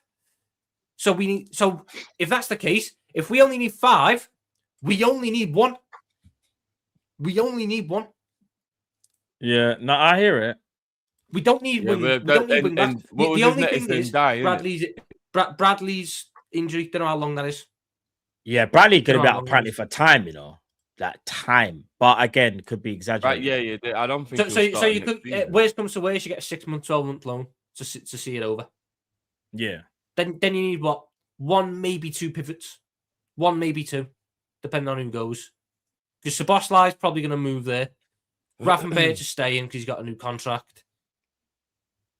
Depends who else. If McAllister stays, you probably only need 1. If McAllister goes, you need 2. Then going forwards, you need to pick up 1 winger at the very least. And if we play through the back, who are you playing in the middle? In the middle 2. Yeah. So in the pivot, it could be again. I think you get it depends who you buy, but you get options. Let's just say, for example, we bought Premier League only and got Wharton and Mateus Fernandes. I could see a Wharton Szoboszlai pivot. I could see a Wharton Fernandes pivot. I could see a Gravenberch Fernandes pivot. Like it depends on the opposition. It depends on. I'm not trying to be pro Gravenberch, but he did sign a new deal. He's going to be playing a lot of football. Yeah, it could be. It could be. You have 4 good options. You have 4 good options there who do different things. It could be any combination of them. Going forward, you need to buy 1 winger as an absolute minimum, 1 natural winger, and then you probably need to buy 1 or 2 wing forwards. You know, the guys that can either go as a winger or play as a 10. So Elise is the perfect archetype of that. You can play as a winger. He's exceptional on the wing. He can also play as a 10. Probably very exceptional on the 10 as well. So would you play Mo in that position now? Like, say we switch to that formation tomorrow. I don't think you can. I don't think we can switch to it now. I don't think it's something that can happen this season. I don't think the manager can play it, and I don't think we've got the defensive cover to play it. From an attacking point of view, I think it might help us if we started doing it now, because Salah playing as an inside 10 would be better than him playing out wide. The one that works now is the diamond. Salah needs to play as a striker. Yeah, that too. But he needs to play as a striker. We don't have the defense. We have 6 fit defenders for a back 5 system. It's not going to work, especially when 2 of them are injury prone as fuck. You're really going to struggle on that front. So you go again to the diamond that could work this season, but next season you get a guy like Elise in. You get, I don't know, Vital or whoever. You get another guy. You've got the options there to play a 4-3-3. You can play a 4-2-3-1. You can play a 3-4-2-1. You can play a 4-2-2. You need to have the tactical flexibility. We are too predictable this season. We all know how we're going to play every game. And with all due respect to all of us on the panel, we have 0 qualifications. So, you know, these guys that have spent their entire lives analysing football and got all the coaching badges and fancy fucking things to show, they're also going to see the same things we're seeing, but 10 times earlier than us, and their teams are going to be working around that. That's my big gripe. I don't see how we can go into next season continuing to just have 1 formation in the locker. You need a guy like a Fabregas, like a you can't just have like an Alonso, who are flexible enough to play 4-5. Yeah, you need to be tactically flexible. I agree. All right, let's move on to the last part of the show. So I'm gonna quickly just speak about a few things from his press conference. So I will try and summarize it as best as I can. So just quickly regarding Alisson Becker, got a minor issue. He's not 100% sure that he will train today, but he hopes he'll be available either for Sunday's game against Spurs or midweek against Galatasaray. Quick question for both of you. Should he be thinking like, do you know what? Let's not rush back Alisson. We've got Manhunt anyway, so Manhunt should just play against Spurs anyway. Would you not agree with that? Yeah, 100%. Don't rush back, Ali. There's no need. Yeah. And the thing is, if you do rush him back, then all you're doing is risking the possibility of the injury reoccurring. Facts. What about you, Tom? Would you just start Manhunt anyway, regardless? He's a fucking goalkeeper. Alisson's better than the Manhunt. The moment Alisson's back, he's playing. Like, Manhunt did well against Galatasaray, but it's Alisson Becker. I'm gonna play my better player. What if he's not fully fit though? What if he's not fully fit though? Because remember, he said he's not 100% sure he'll be able to train. So that kind of tells you, like, if he can't play Tottenham, he's definitely playing Galatasaray. Like, I'll play me in goal against Tottenham. I don't really fucking give a shit. We should beat them anyway. I know, Tom, but we should have beat a lot of teams this year. I know what you're saying, though. I hear what you're saying. I agree with you. Yeah, but we should have beat a lot of teams that can put together good performances. When was the last time you saw the Tottenham Hotspur good performance? I know, but do you know what it is? Yeah, if we don't beat Tottenham, he needs to resign after the match. Because we're the type of team that will make Tottenham look way better than what they are right now. We're that type of team right now. Or we'll be the team that will absolutely batter them.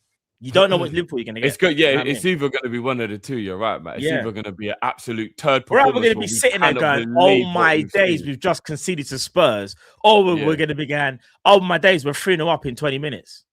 Yeah.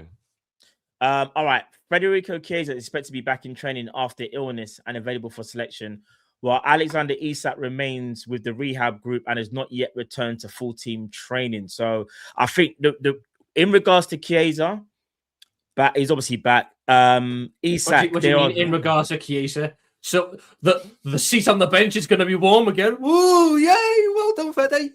Seat on the bench is going to be warm again. He's back from his illness, isn't it? And then obviously, Isak, again. If we're losing the game, Fede might get 5 minutes. Way. Yeah, no, it's true. In regards to Isak, though, he might be back. Maybe I think there's murmurings that either the end of this month or beginning of April. Do you guys?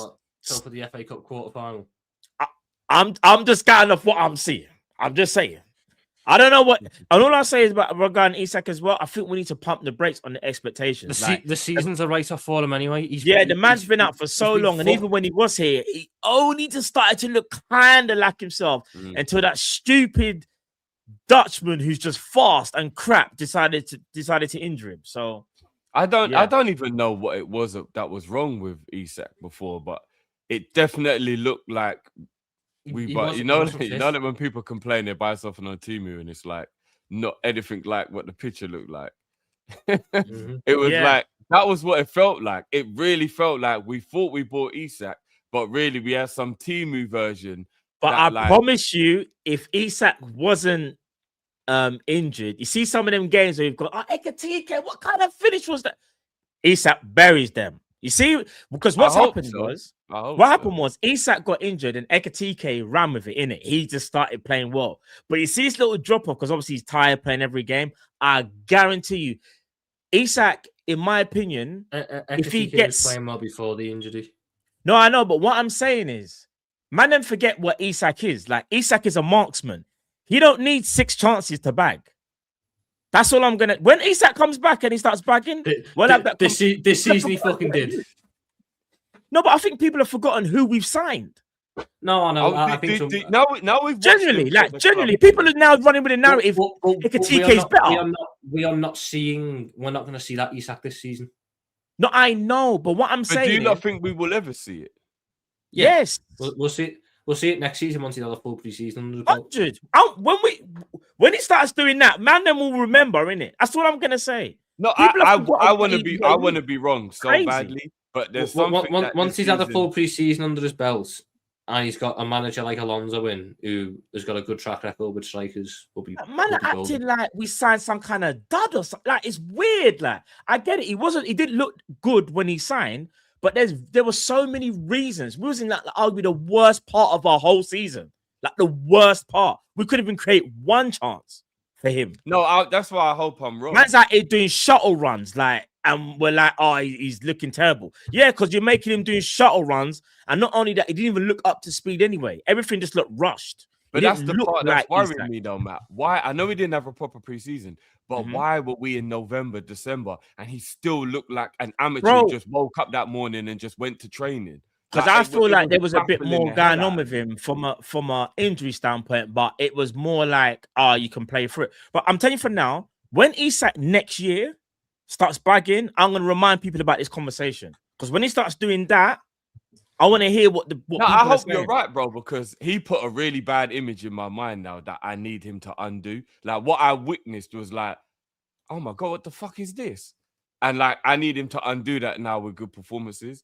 It's weird. I'm very worried about even this as well. Big up Josh. He even said it. He's like, big him up. He goes, he needed groin surgery at the end of last year. Newcastle stopped him. I think that's true as well. He did need surgery, I believe. But has he had that now though? I don't know. Maybe he'll get it in the summer. He got his leg fixed, but did he get his groin fixed? Because I don't know, bro.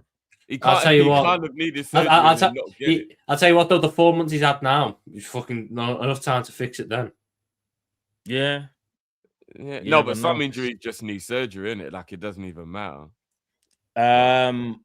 Also, in regards to Rio, he has to be treated carefully because of his age, but Slot says he's definitely an option to start one of the next 3 games, given the busy schedule. If the bald man has a pair of bollocks on him, Rio Ngamoura is the first name on the team sheet against Galatasaray. Yeah. Does he start against Spurs for you lot? Did you think he'll start him? You think he'll start Rio against Spurs, Jay? No, he won't, but I would, because you've got to get him ready for the Galatasaray game.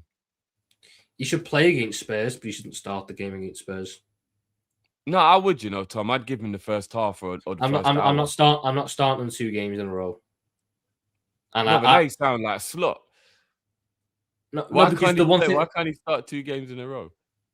I'm just saying, in the case of there's no point in starting 2 games in a row. I should be able to beat Tottenham without needing Ngamoura.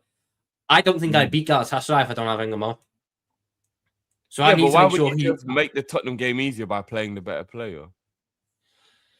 Because I don't want it's risking it. If I play him against Tottenham and something goes wrong and I haven't gone for Galatasaray, I'm completely fucked then. Oh, you're thinking if he gets injured? Oh, okay. Mm-hmm. I can't risk. The only way I see us beating Galatasaray is if Ngamoura was on the pitch. No, we can beat them without him, but he will massively make it easier. He is the only one who can cause their backline any problems. I've watched us play 180 minutes against them this season, and the only guy who's caused them problems for more than one instance is fucking Conor Bradley. I need my good direct winger who can beat his man on the pitch. We've been wasteful in both the games. That's been the problem as well. We have had chances in both those games. We were just so wasteful. Like, we could have been 2-0 up against Galatasaray in the first 5 minutes. Mm-hmm. Do you know what I mean? Like, so we kind of effed it, really. No, we did. It weren't necessarily because we didn't create them, though, did we? We didn't create them. No, but the way gave the ball to us. Kind of forced the mistake as well, though. We have to give. We pressed them. We pressed them 100%. We pressed them, but they gave the ball to us. What chances in the 180 minutes that we've played? We created one chance that I look at and go, "It's a big chance, that one." And it was in the 10th minute of the first game when Gakpo plays Ekatike through. No, outside of that, we haven't created a big chance against them. They didn't make a mistake for Florian's second chance when McAllister passed it to him and he hit the ground. They gave the ball away to Salah right on the edge of the box. We pressed them. Wasn't it in midfield we won the ball back for that move? No, I thought it was high. I think we might have pressed them, and then I remember Salah having the ball. Salah passes to Maka passes to Wirtz. I think we won it in off midfield. The top of my head for that. It might have started for midfield, but I remember. I can't even remember now. I mean, we didn't score. Yeah, well, anyway, and we're at one in the second half. Go to the one. It was away. But Drift. As I said to Matt earlier, our Anfield knockout record wank. We've won 2 games since Barca. Yeah, but we know that it's better than playing there because the other 2 games against them have been at their ground. So at least this time it's better than playing there, but it's not a case of it's an Anfield, so it's a given. No, not the way we're playing. The only ones we've won since Barcelona in 2019 are Sparta Prague in the Europa League and Villarreal. Yeah, we haven't been the greatest. That's a fucking understatement. No, but I don't think the performances have been terrible at home, even though we haven't won the games. Like when you go back and look at some of them, it wasn't. Atletico Madrid was a good performance. Just Adrian. So I'll give you that one. Real Madrid 2020-2021, wank. Our best effort was Milner. 21-22, Inter at home, crap. No, it wasn't crap. We had the post 4 times. It was wasteful. Benfica at home, sloppy. Really could have lost that game, all things considered, the way we played, if Nunes knew how time runs. Villarreal, good. 22-23, Real Madrid, awful. 22-24, Sparta Prague, great. Atalanta, genuinely one of the worst performances I've seen. At that time, though, isn't it? 24-25, PSG at home, massively overrated. We were good for 20 minutes, 30 minutes. No, I think we're better than them in general. in that game. Wouldn't say in general. After they scored, I don't really think they did that much. We were good for the first 10 minutes. Should have probably scored then. They scored. They had another couple of big chances, including the Barcola one-on-one, which people seem to forget that Alisson saved. Then we had them penned back for 20 minutes from the start of the second half. Scored an offside goal, and then Trent got injured, and then we did nothing outside of that. The moment Trent went down injured, we were useless. I think PSG only played better than us in extra time in that game. I don't think in the 90 minutes. I think we were the better team for the majority of the 90 minutes. No chance. It was at least 67%. I'm not even saying that Galatasaray beat us, by the way, Drift. I'm saying that we draw. I'm saying there's a very realistic possibility that we play Galatasaray and first half, we're penning them back. Ekitike misses a big chance. Wirtz misses a big chance. Maka misses a big chance. Half time, 0-0, but we're playing all right. It's just a matter of time. Come out for the second half. They hit us on the break. They get a corner. They score the corner. 2-0 down. We go up the other end. 10 minutes later, get a goal. It's 1-1 on the night. 2-1 down in aggregate. We pen them. We batter them. We hit the post. They keep pulls off a worldie. Game ends 1-1. As we have done. I can't live in that world. I'll be honest. I can't. Mad. But again, at the same time, it would have surprised me, though. I'll be real. Yeah, no, it would have surprised me. But if we don't beat Tottenham and Galatasaray, I actually just want a resignation from Slot. I don't want to do the whole wait for them to sack him and all that. I just want a resignation. Just a bit of breaking news. Well, kind of. Fixture details have confirmed for Liverpool's FA Cup quarterfinal against Man City. So the last day tie at the Etihad will now be played Saturday, April 4th, but kickoff, I believe, is now being moved to 12:45, which, if I'm not mistaken, is straight after the international break. So our first game back is international break. 12:45 kickoff. I'm going to be drinking fucking early that day, then, aren't I? So 12:45 kickoff. You going to the game? Stadium. We'll be live on TNT Sport. I'll just be drinking. And it is straight after the international break. Great stuff. Amazing. Right, let's read out the supers, guys, before we head out of here. We might only be lucky that Man City have got other engagements, you know. That might be the only thing that saves us. But remember, they're out of that Champions League anyway. It might be. That's true. What other engagements, Drift? If they'd have beat Real Madrid, they'll be in a title race with some quite dangerous fixtures around the same time. But they didn't. They lost 3-0. No, I forgot they're going to go out the Champions League and be in the exact same boat as us. Yeah. No, because when I looked at the schedule, it was, and I was thinking their Champions League game will be sandwiched around our FA Cup game if they win through, if I'm not mistaken. If anything, we're the ones that are going to have the problem because it'll be our Champions League quarterfinals. Yeah. Well, hopefully, If we beat. So we're the ones that are fucked there. And I would definitely prioritize the Champions League game over the FA Cup game. As with Arnie Slot, he needs that FA Cup to say. He needs that. No, but wouldn't you lot as well though? Wouldn't you lot prioritize the Champions League over the FA Cup? I just want the season to fucking end, mate. I just want the season to end. I'm not prioritizing. No, I hear you on that. I just want to get to the end of the season and go, that's done.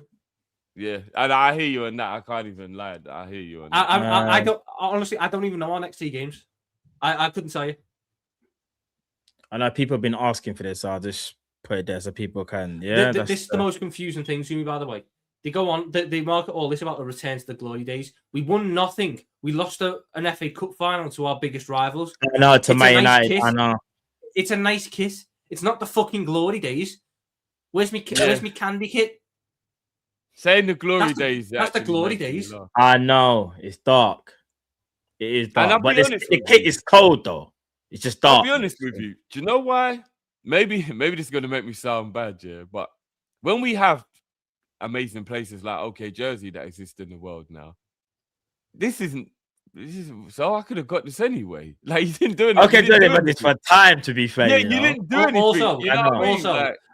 Also, the football club have been selling that kit for the past 8 years in the club shop as one of the retro range anyway. So the only thing that's come back is the fucking jacket and the blackout version. I'm not gonna lie, we sound like we're turning. It's weird, isn't it? It's who we are, mate. Yeah, if we got game change. No, it's just fucking stupid. Who we are, mate. It's like what Arsenal used to do when they were shit, and you'd have new merchandise dropping every fucking week. Yeah, I don't bro, care. I Win the promise football you. matches. That's exactly what I was thinking. I think there's another team that does this. There's another team that does this, you know. When things are going a bit mad, they just fling out the merch. You know, when Arsenal were finishing 8th, I learned about every season they've ever played because every week it was a new retro launch. Yeah. Like, bro. Don't get me wrong, I'm getting the Graham Souness, like Robbie Fowler. I'm feeling the vibe, but look, the photos are nice, but yeah, we've been able to. Oh, look, there you go. They've even brought Robbie in. Yeah, bro. Like, Fowler, I'm not gonna lie, I don't. Yeah, I just don't know. Yeah, and added that Arsenal with Adidas, and they were doing the same thing. They would like have a bad result, go out the cup. Well, Hey, I think Arsenal have done something recently with they've got retro stuff as well, if I'm not mistaken. You know, like they've done like a promo thing or something. I'm not sure, but listen, I don't know, man. Like I'm getting the Roy Evans vibe. Like I get it, but like, do you know what this is the equivalent of? Us in about 15, 20 years time, bringing out a throwback kit to the fucking 2012 standard charter kit. That's a 6-minute video. Yeah, I'm not trying to get copyright. Yeah. We're not trying to get copyright by playing a 6-minute video. You know, them ones like, there. It's a nice kit, lovely kit. I fucking have it in my drawer because I bought it 2 years ago. But it's a nice kit. I don't give a shit. I want to win football matches. Yeah. You know when we were smashing it under Klopp. Fucking, I weren't seeing retro launches then, was I? Nah, for real. Didn't see any retro launches last year. The blackout one. The blackout one's cool. Blackout one's sick. I might have to get that one still. Yeah, they got a clear. Anything works though. Like we know. Yeah, no, 100. Any kit is blackout. It's cold because it's blackout, innit? Facts. Yeah. Even the kit we won the Champions League in, which I actually think is ugly as fuck. The blackout version is cold. Yeah. They got a queer. You think the 18-19 kit was ugly? Oh, no. It wasn't my favorite. No. Istanbul. Oh, 05. Yeah, I hated that kit. That kit's ugly as fuck. I hate that kit. I don't hate it. I was going to say, if you think the 18-19 kit is ugly. Oof. No. 18-19 kit. I love a kit with a collar. Yeah, no, 18-19 kit is beautiful. Yeah. No, they got it right. They got it right. I'm not gonna lie to you. Like, I know Cal hates me for this. I pretty much hated every kit Reebok made us. I think there's like 2 kits they made us that I like. That's Reebok like the only good ones. Reebok was a horrible spot. Yeah, the cream one. The cream one's cold. I had that one back in the day. I think there was one other kit, but Reebok not for me. Reebok were horrendous. I hated. Hey, at least they weren't Warrior.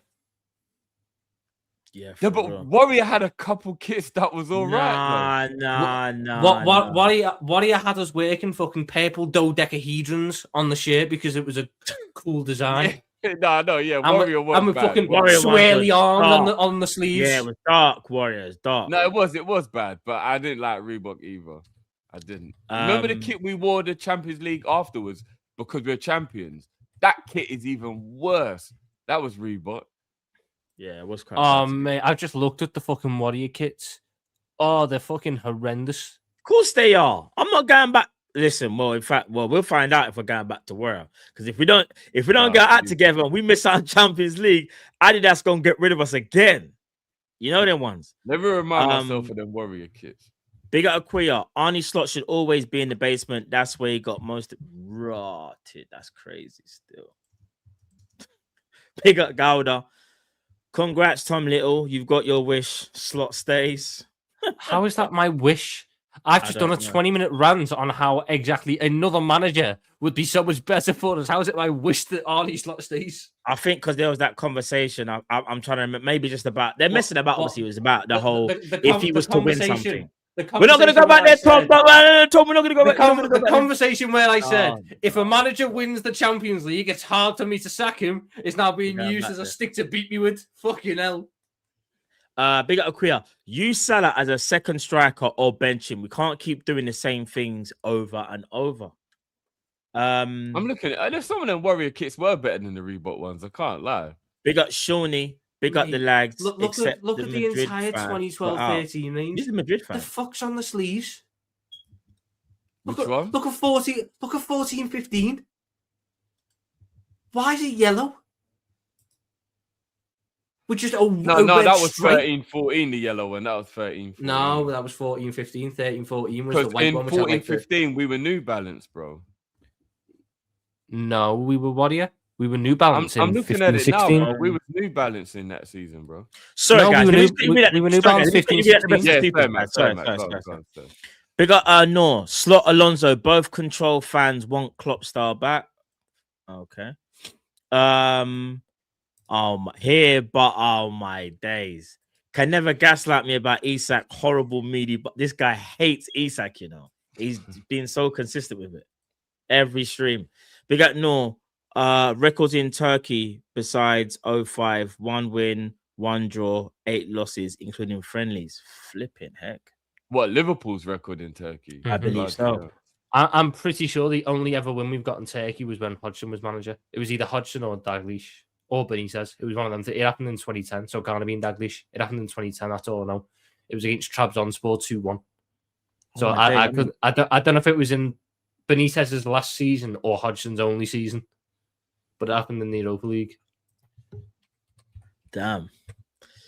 Big up, slot out Matt. LFC, yeah, the new retro Fowler kit. Yeah. We're just showing that on the screen as you know already, bro. Big up, out. Yeah. The only Liverpool manager, to ever win away in Turkey is Roy Hodgson. That's crazy, you know. That's wild. Roy is the only one. He's the only one to ever win away in Turkey, and we were 1-0 down from the 4th minute up until the 84th minute. When they scored an own goal, and then Dirk Kuyt scored 4 minutes later to win 2-1. And that is the only game we've ever won in Turkey when Hodgson was manager. You know, just looking back at some of these, because Warrior and New Balance going the same thing, so it showed the New Balance kits as well. Take me back. I actually miss New Balance. In my opinion, I think New Balance New Balance. The New Balance run they had from probably 17-18. I didn't like 17-18's away kit, the weird like striped one, which is like a knockoff one of this one. But 18-19 was just 3 bangers. 19-20 was 3 bangers. 16-17 was actually quite good as well. I quite liked that. The toxic green one was a bit weird, but. Oh, sorry, you're right. I'm just realizing the date is underneath, not at the top. Oh, yes. Yeah. Me and you are looking at the same picture. So what he last did 14-15. Yeah. And have you seen the yellow one? Yellow. Liverpool have a good history with yellow. Why the fuck's there just a red fucking thing going there? Yeah, But I did like the home kit that year, though. It wasn't too bad. I mean, I 13-14. Considering how good that season was, look at the fucking away and third kit that year. They're fucking wank. Yeah. But the goalie kit was all right. The goalie kit's just the away kit in a different colour scheme. Yeah, but it's long sleeve and it looks kind of cool, don't you think? No. I thought it was all right. But yeah, New Balance, man, take me back. I think New Balance. New Balance are pretty good. They might actually. They were pretty good, to be fair. Yeah, New Balance. I'm trying to remember all the Nike kits. But if we're lucky, what Liverpool normally do is, do you want to hear a joke? We normally win the league in the kit suppliers last year. Yeah. So we've got 9 more years of this. So we've got a whole decade. Yeah. We've got a decade. No, we shouldn't even put that in the atmosphere, man. I swear down. 9 more years of Arnie Slot in charge. Get ready, fam. Nike had some cold kits. Nike had some. Nike, especially their last set of ones. Nike's problem was they're really good kits, but in our really bad seasons, and they're pretty bang average kits in our really good seasons. Yeah, because I said, the night cream 2020, 2021. Oh, I need to get that kit actually, the night cream one. I need to, okay, Josie. I just got that. I need to get that. Okay, yeah, okay, I'm getting that. Now, do you know what I think was their best one? We didn't really wear it much. The green, like dark greenish one in 22-23. Yeah, that was cold. I've got that one. I was on the fucking TNT advert for that, Do you know that? That one, no. That one was lovely. Yeah, I was on the advert for TNT when we was in Europa. Is that this season? The checkered black kit from our first season. No, that was Champions League. We were in the Europa the year after. No, it's the Europa. Hold on, wait there. I think I know the kit you're talking about. Hold on. I need to find where my checker kit is. Actually, that's my third or fourth favorite Liverpool kit of all time. What, the one from 2021, the black one? 2020, yeah, the black with the checkered. Yeah. The kits, I didn't understand the green trim on the collar in the home kit, but even the away kit that year, the blue, the like turquoisey blue one, that one was quite nice. Yeah. Oh yeah, the purple. To be fair, the third kits were always quite nice. And the Nike, yeah. You had the purple one in 2024. Yeah, they weren't too bad. Nike were actually better than we gave them credit for at the time when you look back on it. The home kits would have been... the first kit we played in... The first kit we played under Nike, I actually liked the kit. Like, when I look back on it, like, it was actually a nice... The home kit, it was actually a nice... I know what you mean about the tilt. I didn't like... So the ones I didn't like for Nike were the home kit in 21-22 with, like, the orange stripes on it. Didn't like that one. I don't know where the kit is, but I know which one you're talking about. It's when we was in the Europa, innit? We was in Europa that year. No, the one I'm on about is we were in the Champions League that year. It was the year Bajcetic played. Because we wore it away at Ajax, I think. No, wait. No, Matt, it is the one you wore in the advert, though. It is, because I remember the advert. It is that one. We was in Europa, fam. No, we were in Europa. We were in Europa the year we wore the green kit when we were in the Champions League. Broski. I can't remember you can't argue with me about about Liverpool. Tom, I know. Tom, I done an advert for TNT. We was in the Europa. Yes, but that shirt wasn't worn that year. You know what shirt we wore in the Europa? Hold on. What was the year, Tom? What was the year? Was it 22, this 23? One. We wore this one in Europa.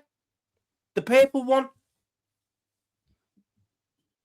Because we wore that away at Last Glins when we won 3-1.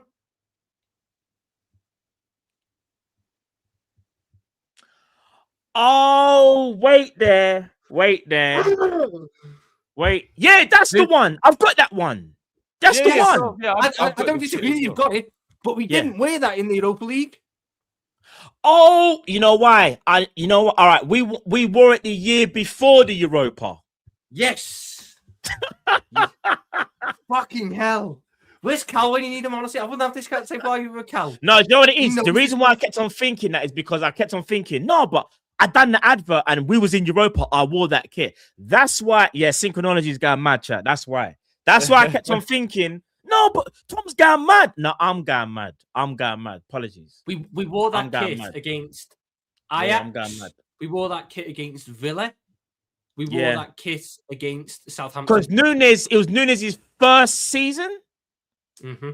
Yeah. It was the year Bajcetic actually played. He scored in that kit. But that kit is cold, you know. Even I don't know where it is, which is alarming me.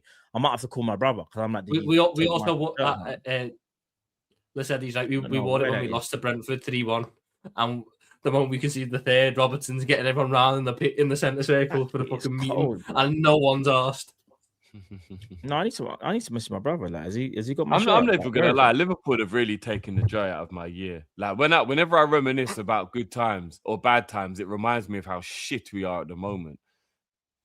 Yeah, like, they've really just killed my year. I'm really angry at them now, man. They just ruined my year. Do you know how much I would love to be sitting there and Liverpool are purring and we're like, yeah, we'll beat PSG. Look at the way they defend. Like, we got our, if we win at the weekend, if we beat Tottenham at the weekend, that extends our lead at the top to 7 points. Arsenal ain't catching us with that. Like, that is what we're meant to be doing right now. And instead, we're here talking about whether the manager can fucking even beat Tottenham and when's he going to leave. Like, how did we get here, man? Fuck's sake. Those were the days, Drift. Those were the days. How did we get here, man? I don't know. But listen, guys, it's been a great show as always. Big up Husam, who had to leave it early. And also as well, obviously, you guys saw Husam isn't well either. So big up Husam, big up yourself, Tom, big up Drift, big up the chat people. Make sure you go smash the like button, you know what I'm saying? And subscribe, all that good stuff, people. This video is, see, all the kits we've been speaking about. This is a great segue for me to talk about OK Jersey. All them jerseys that you just seen, you can go and get them at OK Jersey, people, and use the code Kop-ish and get 8% off. Them tops there, you're looking around £15. most likely. And you got training stuff as well. So go check them out, people. You won't be disappointed. Guys, have you got anything coming up on your channels at all? Stay tuned because I will be. I mean, we've got the Tottenham preview that will be coming out later on today. So stay tuned, guys. We're not sure exactly what time that'll be, but if you got that notification bell on, then you'll know. Make sure. And me and Ram will probably also be gaming tonight, but that's still not confirmed. If you got the notification on, then you know what I mean. Make sure. So yeah, we will have a couple. What game is playing at the minute? At the moment, me and Matt are in the middle of Dying Light, which is going very well. That game is banging. And me and Ram will be doing Call of Duty Zombies. So when you get round to doing Resident Evil 5, let me know. What's the new one saying, Tom? The new one's very sick. good. But he's already completed it, Tom. You know, Tom, finished it. It was only last week when you started. No, but it's only that one. It's not like a long game. Resident Evil games aren't long. I did like 10 hours. Yeah. Well, no, they're a bit longer than that, weren't they? Maybe Resident Evil, more like about old school Resident Evil 2, maybe, but not since they've made they're not really that long. Speedrun Resident Evils, don't you? Like, there's a whole thing in there about speedrun. Like, you can complete the whole thing in this one. Is once you've done it the first time, you got to try and complete it in 4 hours. No, but I mean that's part of the fun though, solving the puzzles. And I would never. My first run through took me 11 hours. I haven't completed a Resident Evil since 2, so maybe you're right, Matt. Maybe it is the newer ones are easier because Resident Evil 1 and 2 is about 50 to 20 hours of gaming time. I'm sure it was. They were a bit longer. The old they were much longer. Yeah, but since like obviously new generation and whatnot, they're definitely a lot shorter. They're definitely a lot shorter. In my opinion, I remember. Finishing part 1 was sensational. You go in the underneath bit and you're in the med lab and you can't like greatest game ever made, Resident Evil 1. RE4 still the best for me. I disagree. It was the best game. Like it revolutionized. Resident Evil 1's not the best game ever made. Though. There's so many other games that you're just. Nah, the only game that is Half-Life 2. That's the only other game that talks to Resident Evil. What about Zelda? Zelda Ocarina of Time. Well, Drift did apparently. Zelda Ocarina of Time. You know me. I wasn't a Zelda guy. And neither is Tom. I found out as well. I can't believe it. Never appealed to me. I can't. If you don't know about Zelda, I don't know. Apparently, they're gonna remake the first Resident Evil again. But remember they remade it for the GameCube. I think it was it. Yeah, but I think it was the GameCube, but they're remaking it again in like 2 years. Even Red Dead Redemption. I would play it again, Tom. If they remake it, I would get it and play it. I would play it again. Yeah. I think they're doing Code Veronica, and then they're doing 0, and then they're doing Metal Gear Solid 5, I think. Yeah, Metal Gear Solid, Mario Kart. I mean, universally, Resident Evil 4 is seen as the best one, though. Right? Resident Evil 4 is the best one. Yeah, Resident Evil 4 is the best one. For me, it goes because I've actually never finished one. I've never actually got around to it. I got like most. You haven't finished one. I struggle. You know what is Drift? I struggle with the camera angles. I'm not used to the. Oh, okay, yeah. I was playing it at the time. So a lot of the time it's tough for me to get me bearings on it. Yeah, I hear that. For me, it's 4, then it's 2, then it's 9, then it's 3, 5, 6. Oh no, I thought 7 and 8. 7 and 8 are elite. So it's 4. Some of the games is mad. It's 4. It's 2. It's 7. It's 9. It's 8. It's 5. It's 6. I think 3 was quite weak. I didn't like Nemesis. I wasn't the biggest fan of Nemesis. The remake of Nemesis is really shit. Nemesis is a mad, bro. That used to just be like, nah, this brother just stop at nothing, bro. Yeah, and you know what? I also think that when we got to Resident Evil 4, they started making it harder to die. Because in 1, 2, and 3, you could die so easily. Well, yeah, but that makes sense though, doesn't it? In theory, because story-wise, it makes sense. Tom. Just quickly, but then you'd love 7 and 8. 7 and 8 and about 7 and 8 and 9 go back to that route where. To be honest, I haven't played 8, and I've only played the demo of 7. So yeah, I haven't. Really 7 is an elite horror, an unbelievable horror game, unbelievable. 8 is the like demo was good. mainly Quickly. horror, a little bit of action. 9 is like the perfect mix of both. What's the better series, Resident Evil or Grand Theft? They are so different. No. It's- Answer the question. Grand Theft Auto hasn't had a bad game. Resident Evil has. Answer the Resident Evil question. 6. Answer the question. What's a better series, Grand Theft Auto I've or got more Resident Evil? enjoyment from Resident Evil, but I would probably say it is Grand Theft if I was being unbiased. GTA is the best. Is there a better series, series than Grand Theft Auto? Is there a better Probably collection not. of games than Grand Theft? Probably not. Probably not. It's mad, isn't it? When you actually deep it. But for me, know? there's one. There's like one or two. Yeah, I remember Grand Grand Theft 1 and 2 are like very simplistic games. So Tom, I think Red Dead is better than GTA. I think Red Dead's better than GTA. Yo, got guy, 22 no, games, I Red think Dead that's is better. Red Dead's goated, by the way. No. If Grand Theft's a 10, Red Dead is a 9.79. For me personally, it's Red Dead. I think Uncharted as a collection, I have above GTA. I love Uncharted to death. No, That- you know, Uncharted. that's No. not bad game. That's not Uncharted. bad, All right, yeah. but if we're gonna do that, then you might as well. You got to pro God of War. What's a better series, God of War or Uncharted? Uncharted. No, No, you Uncharted. just forget what Kratos has done. No, Are no, you but it's forgetting the Uncharted. madness It's that he's Uncharted. on? Do you want me to be honest, Matt? Man's Do you want me to be even brought honest? is you, Atreus. Are you like? Yeah, you don't. Yeah, I'm Man, not gonna lie. Uncharted is flawless. There's actually Uncharted no is- fault in I Uncharted. haven't got round to playing the new God of War game yet. Brother.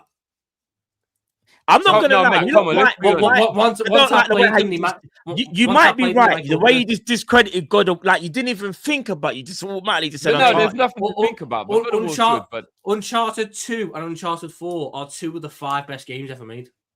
No, bro. Uncharted 2 don't was. sleep on Uncharted 1. Hold Tom. on. Uncharted If 1 we're gonna do was- that, Uncharted 1 has basically- not aged well. Uncharted 1 needs a remake. if we're gonna do that, Controls are if we're shit. gonna do that, all right. The In your game is opinion, great. what's the best Uncharted game? In your opinion, number 2 or 4? 4. What's better, Uncharted 4 or The Last of Us? Part 1, not Part 2. Part 2 was, I got you there now. All right, then. Uncharted 4. What?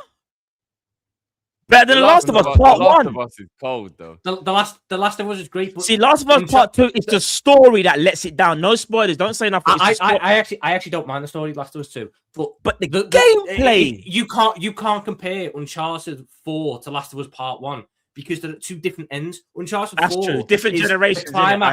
I hear it. Uncharted 4 is the climax of 3 separate stories that I love all the way through, and the finale is perfect. The Last of Us Part 1 is the best start to a series of stories I could have had. It's an unbelievable start. Death Stranding is another one. Metal Gear Solid 3 is another one that's elite. Nah, do you know what changed the game? rest of them Metal are a Gear bit Solid 2 when you see like the mad graphical upgrade. I think it was on PS2. I think it was. Oh, bruv, this is just brilliant me. But there's so many. The opening sequence to The Last of Us might be the best opening sequence to a video game. I have Uncharted 2's open sequence ahead of it. Oh my On the gosh! train, Well, you you're have on the no train idea and where you you end up- are. You Oh, fall yeah, that down, was- you're that bleeding out was- your Wow. side, you gotta climb up the train. while No, you but fall come on down. now. It's a tie. No, you might be right. It might be a tie between Uncharted. Yeah.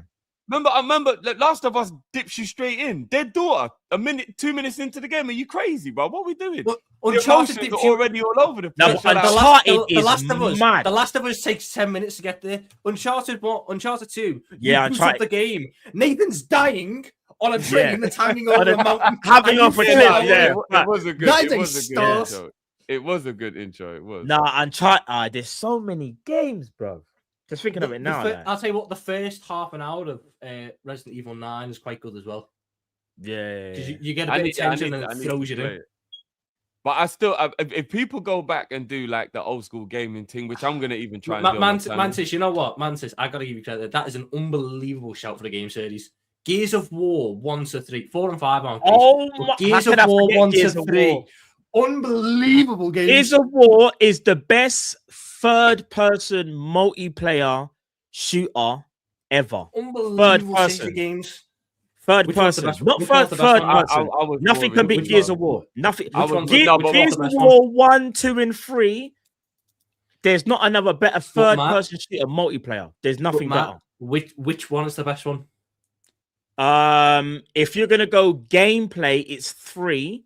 However, I would say It's 2, isn't it? It's 2, 2. isn't it? It's It's 2. 2, isn't it? 2 is the best one. 2's the coldest.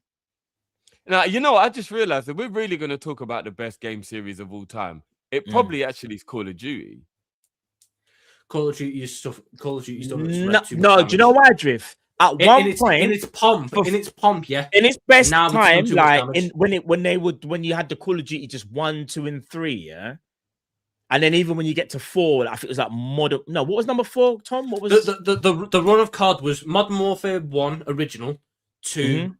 You could have Modern Warfare 2 1, was the one that brought in everyone. Number 2. Remember that was so you had Terminal. Modern Warfare 2 1. was Terminal, innit? No multiplayer map Terminal. So you had COD 4 in COD 4. Then you had World at War. Then you had Modern Warfare 2. Then you had Black Ops 1. Then you had Modern Warfare 3. Then you had Black Ops 2. You had a 6-year stretch of banger after banger after banger, and then Ghosts came out. Because Modern Warfare 3 and then you had Ghosts. Black Ops 3 was but then it started to go a bit funny too. And then you had Ghosts. It weren't really. You had Ghosts, which wasn't great. Advanced Warfare wasn't great. Black Ops 3. The zombies is the best thing about that game. Yeah, see, just all about the zombies. That's the thing for the zombies. On Black Ops 3. That's the best zombies ever got in COD. 100%. Yeah. Best zombies ever got. Yeah. But that's about the multiplayer wasn't that great, and the campaign was wank. And then what was after that one? That one came out in like 2016. Then you had Infinite Warfare. Then you had Black Ops 4, which didn't even have a campaign. And then you had Modern Warfare 2019, which was all right. No, Modern Warfare 2019 was sick, bro. That was during the pandemic. Modern Warfare 2019 is only seen as positively as it was because of the pandemic. No, if that was a normal COD release, it wouldn't have lasted as well. 2019 is the best COD since 360 days. I stand on that. They redone the whole thing, bro. Cold War was better. No. Right, that's the perfect way to end the stream. Tom's going mad. You know, this is the thing I love about games. Oh yeah, I forgot Call of Duty World War II was in that mix as well. Like, so after Black Ops 2, there was a downer for a couple of years. Then Black Ops 3, and there was another downer again. And then you had the resurgence with Warzone for a bit, and then since then you've had Cold War, Modern Warfare 2. Then what was the other one? You had another one after that. That wasn't great. I still think the Call of Duty Vanguard. Vanguard. Oh, that was Vanguard. That one was horrific, bro. And then you have Modern Warfare 3 and Black Ops 6. No, it's no. In terms of first-person shooters, it goes down as one of the greatest. No, I just mean gaming series. Period. It's still in the conversation for the best gaming series. We're breaking them all down, regardless. No, I think there's others that I don't. As good as Call of Duty is, it can't compare to Uncharted, if that makes sense. Like Uncharted is at the GOAT level. Like that's goated. I hear. Do you know what I mean? But I've spent more time on Call of Duty, especially from a zombies point of view, than any game in the history. Yeah, but you know why that is though? Played. It's because, like in general, you see multiplayer the thing games. Is, Drift, it's pick up and play. Whereas you know the story game. How many times are you gonna go back to? Like I go back to Uncharted 4 or 5 times. Love that game and love the story. Yeah. But I could go back to COD Zombies every day for however many years. I still at times go back onto the Eisendrach, unbelievable map, and God of Grovey. But you can't necessarily do that with story games. I will say there is one that they're going to make a second game at some point, and if it's anywhere near as good as the first game, it's going right up there in the list. Whatever the sequel is to Clair Obscur, Expedition 33, if it's anywhere near the level of the first one, I know about it's an game. unbelievable game. I haven't played it though. I haven't played it. I've never played that game. It's turn-based. Puts a lot of people off. It's turn-based. But the story in that game and the way it's up, genuinely the best story I played in a video game. The best story. Once you start piecing it all together as you go through, unbelievable. Matt, do you know the game I'm absolutely vexed they never made? Oh my god, I forgot about Halo. Halo. Someone said it in the chat. Sorry. Yeah. Do you remember Getaway? Yeah. Remember, number 3 was meant to come out on a P3 and then they cancelled the game. Yeah, bro, Getaway was ahead of its time, bro. Bro, Getaway 1 and 2 were actually bangers. But do you remember Driver? Yeah, I remember Driver. Driver bro, with the impossible tutorial. Yeah. What the fuck's a slalom?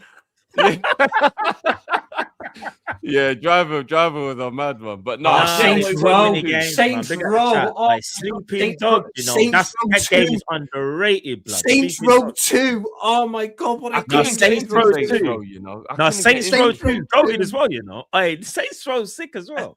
Assassin's Creed, Assassin's Creed Assassin's 2.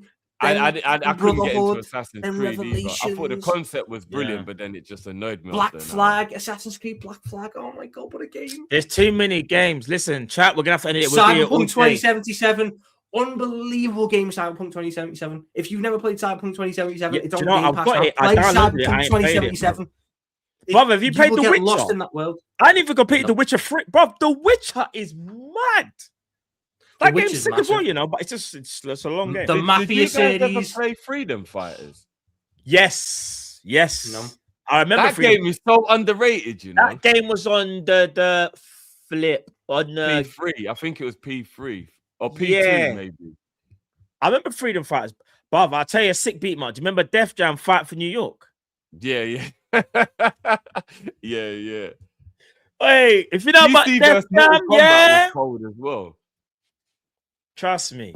The Mafia series. The Mafia series is unbelievable. They had a new game come out last year. The Old Country. That's another great game. See, this is the reason why I'm going to go back in time. I saw my age. Remember Time Splitters? Oh, if man don't know about Time Splitters. Yeah. Hey, all right.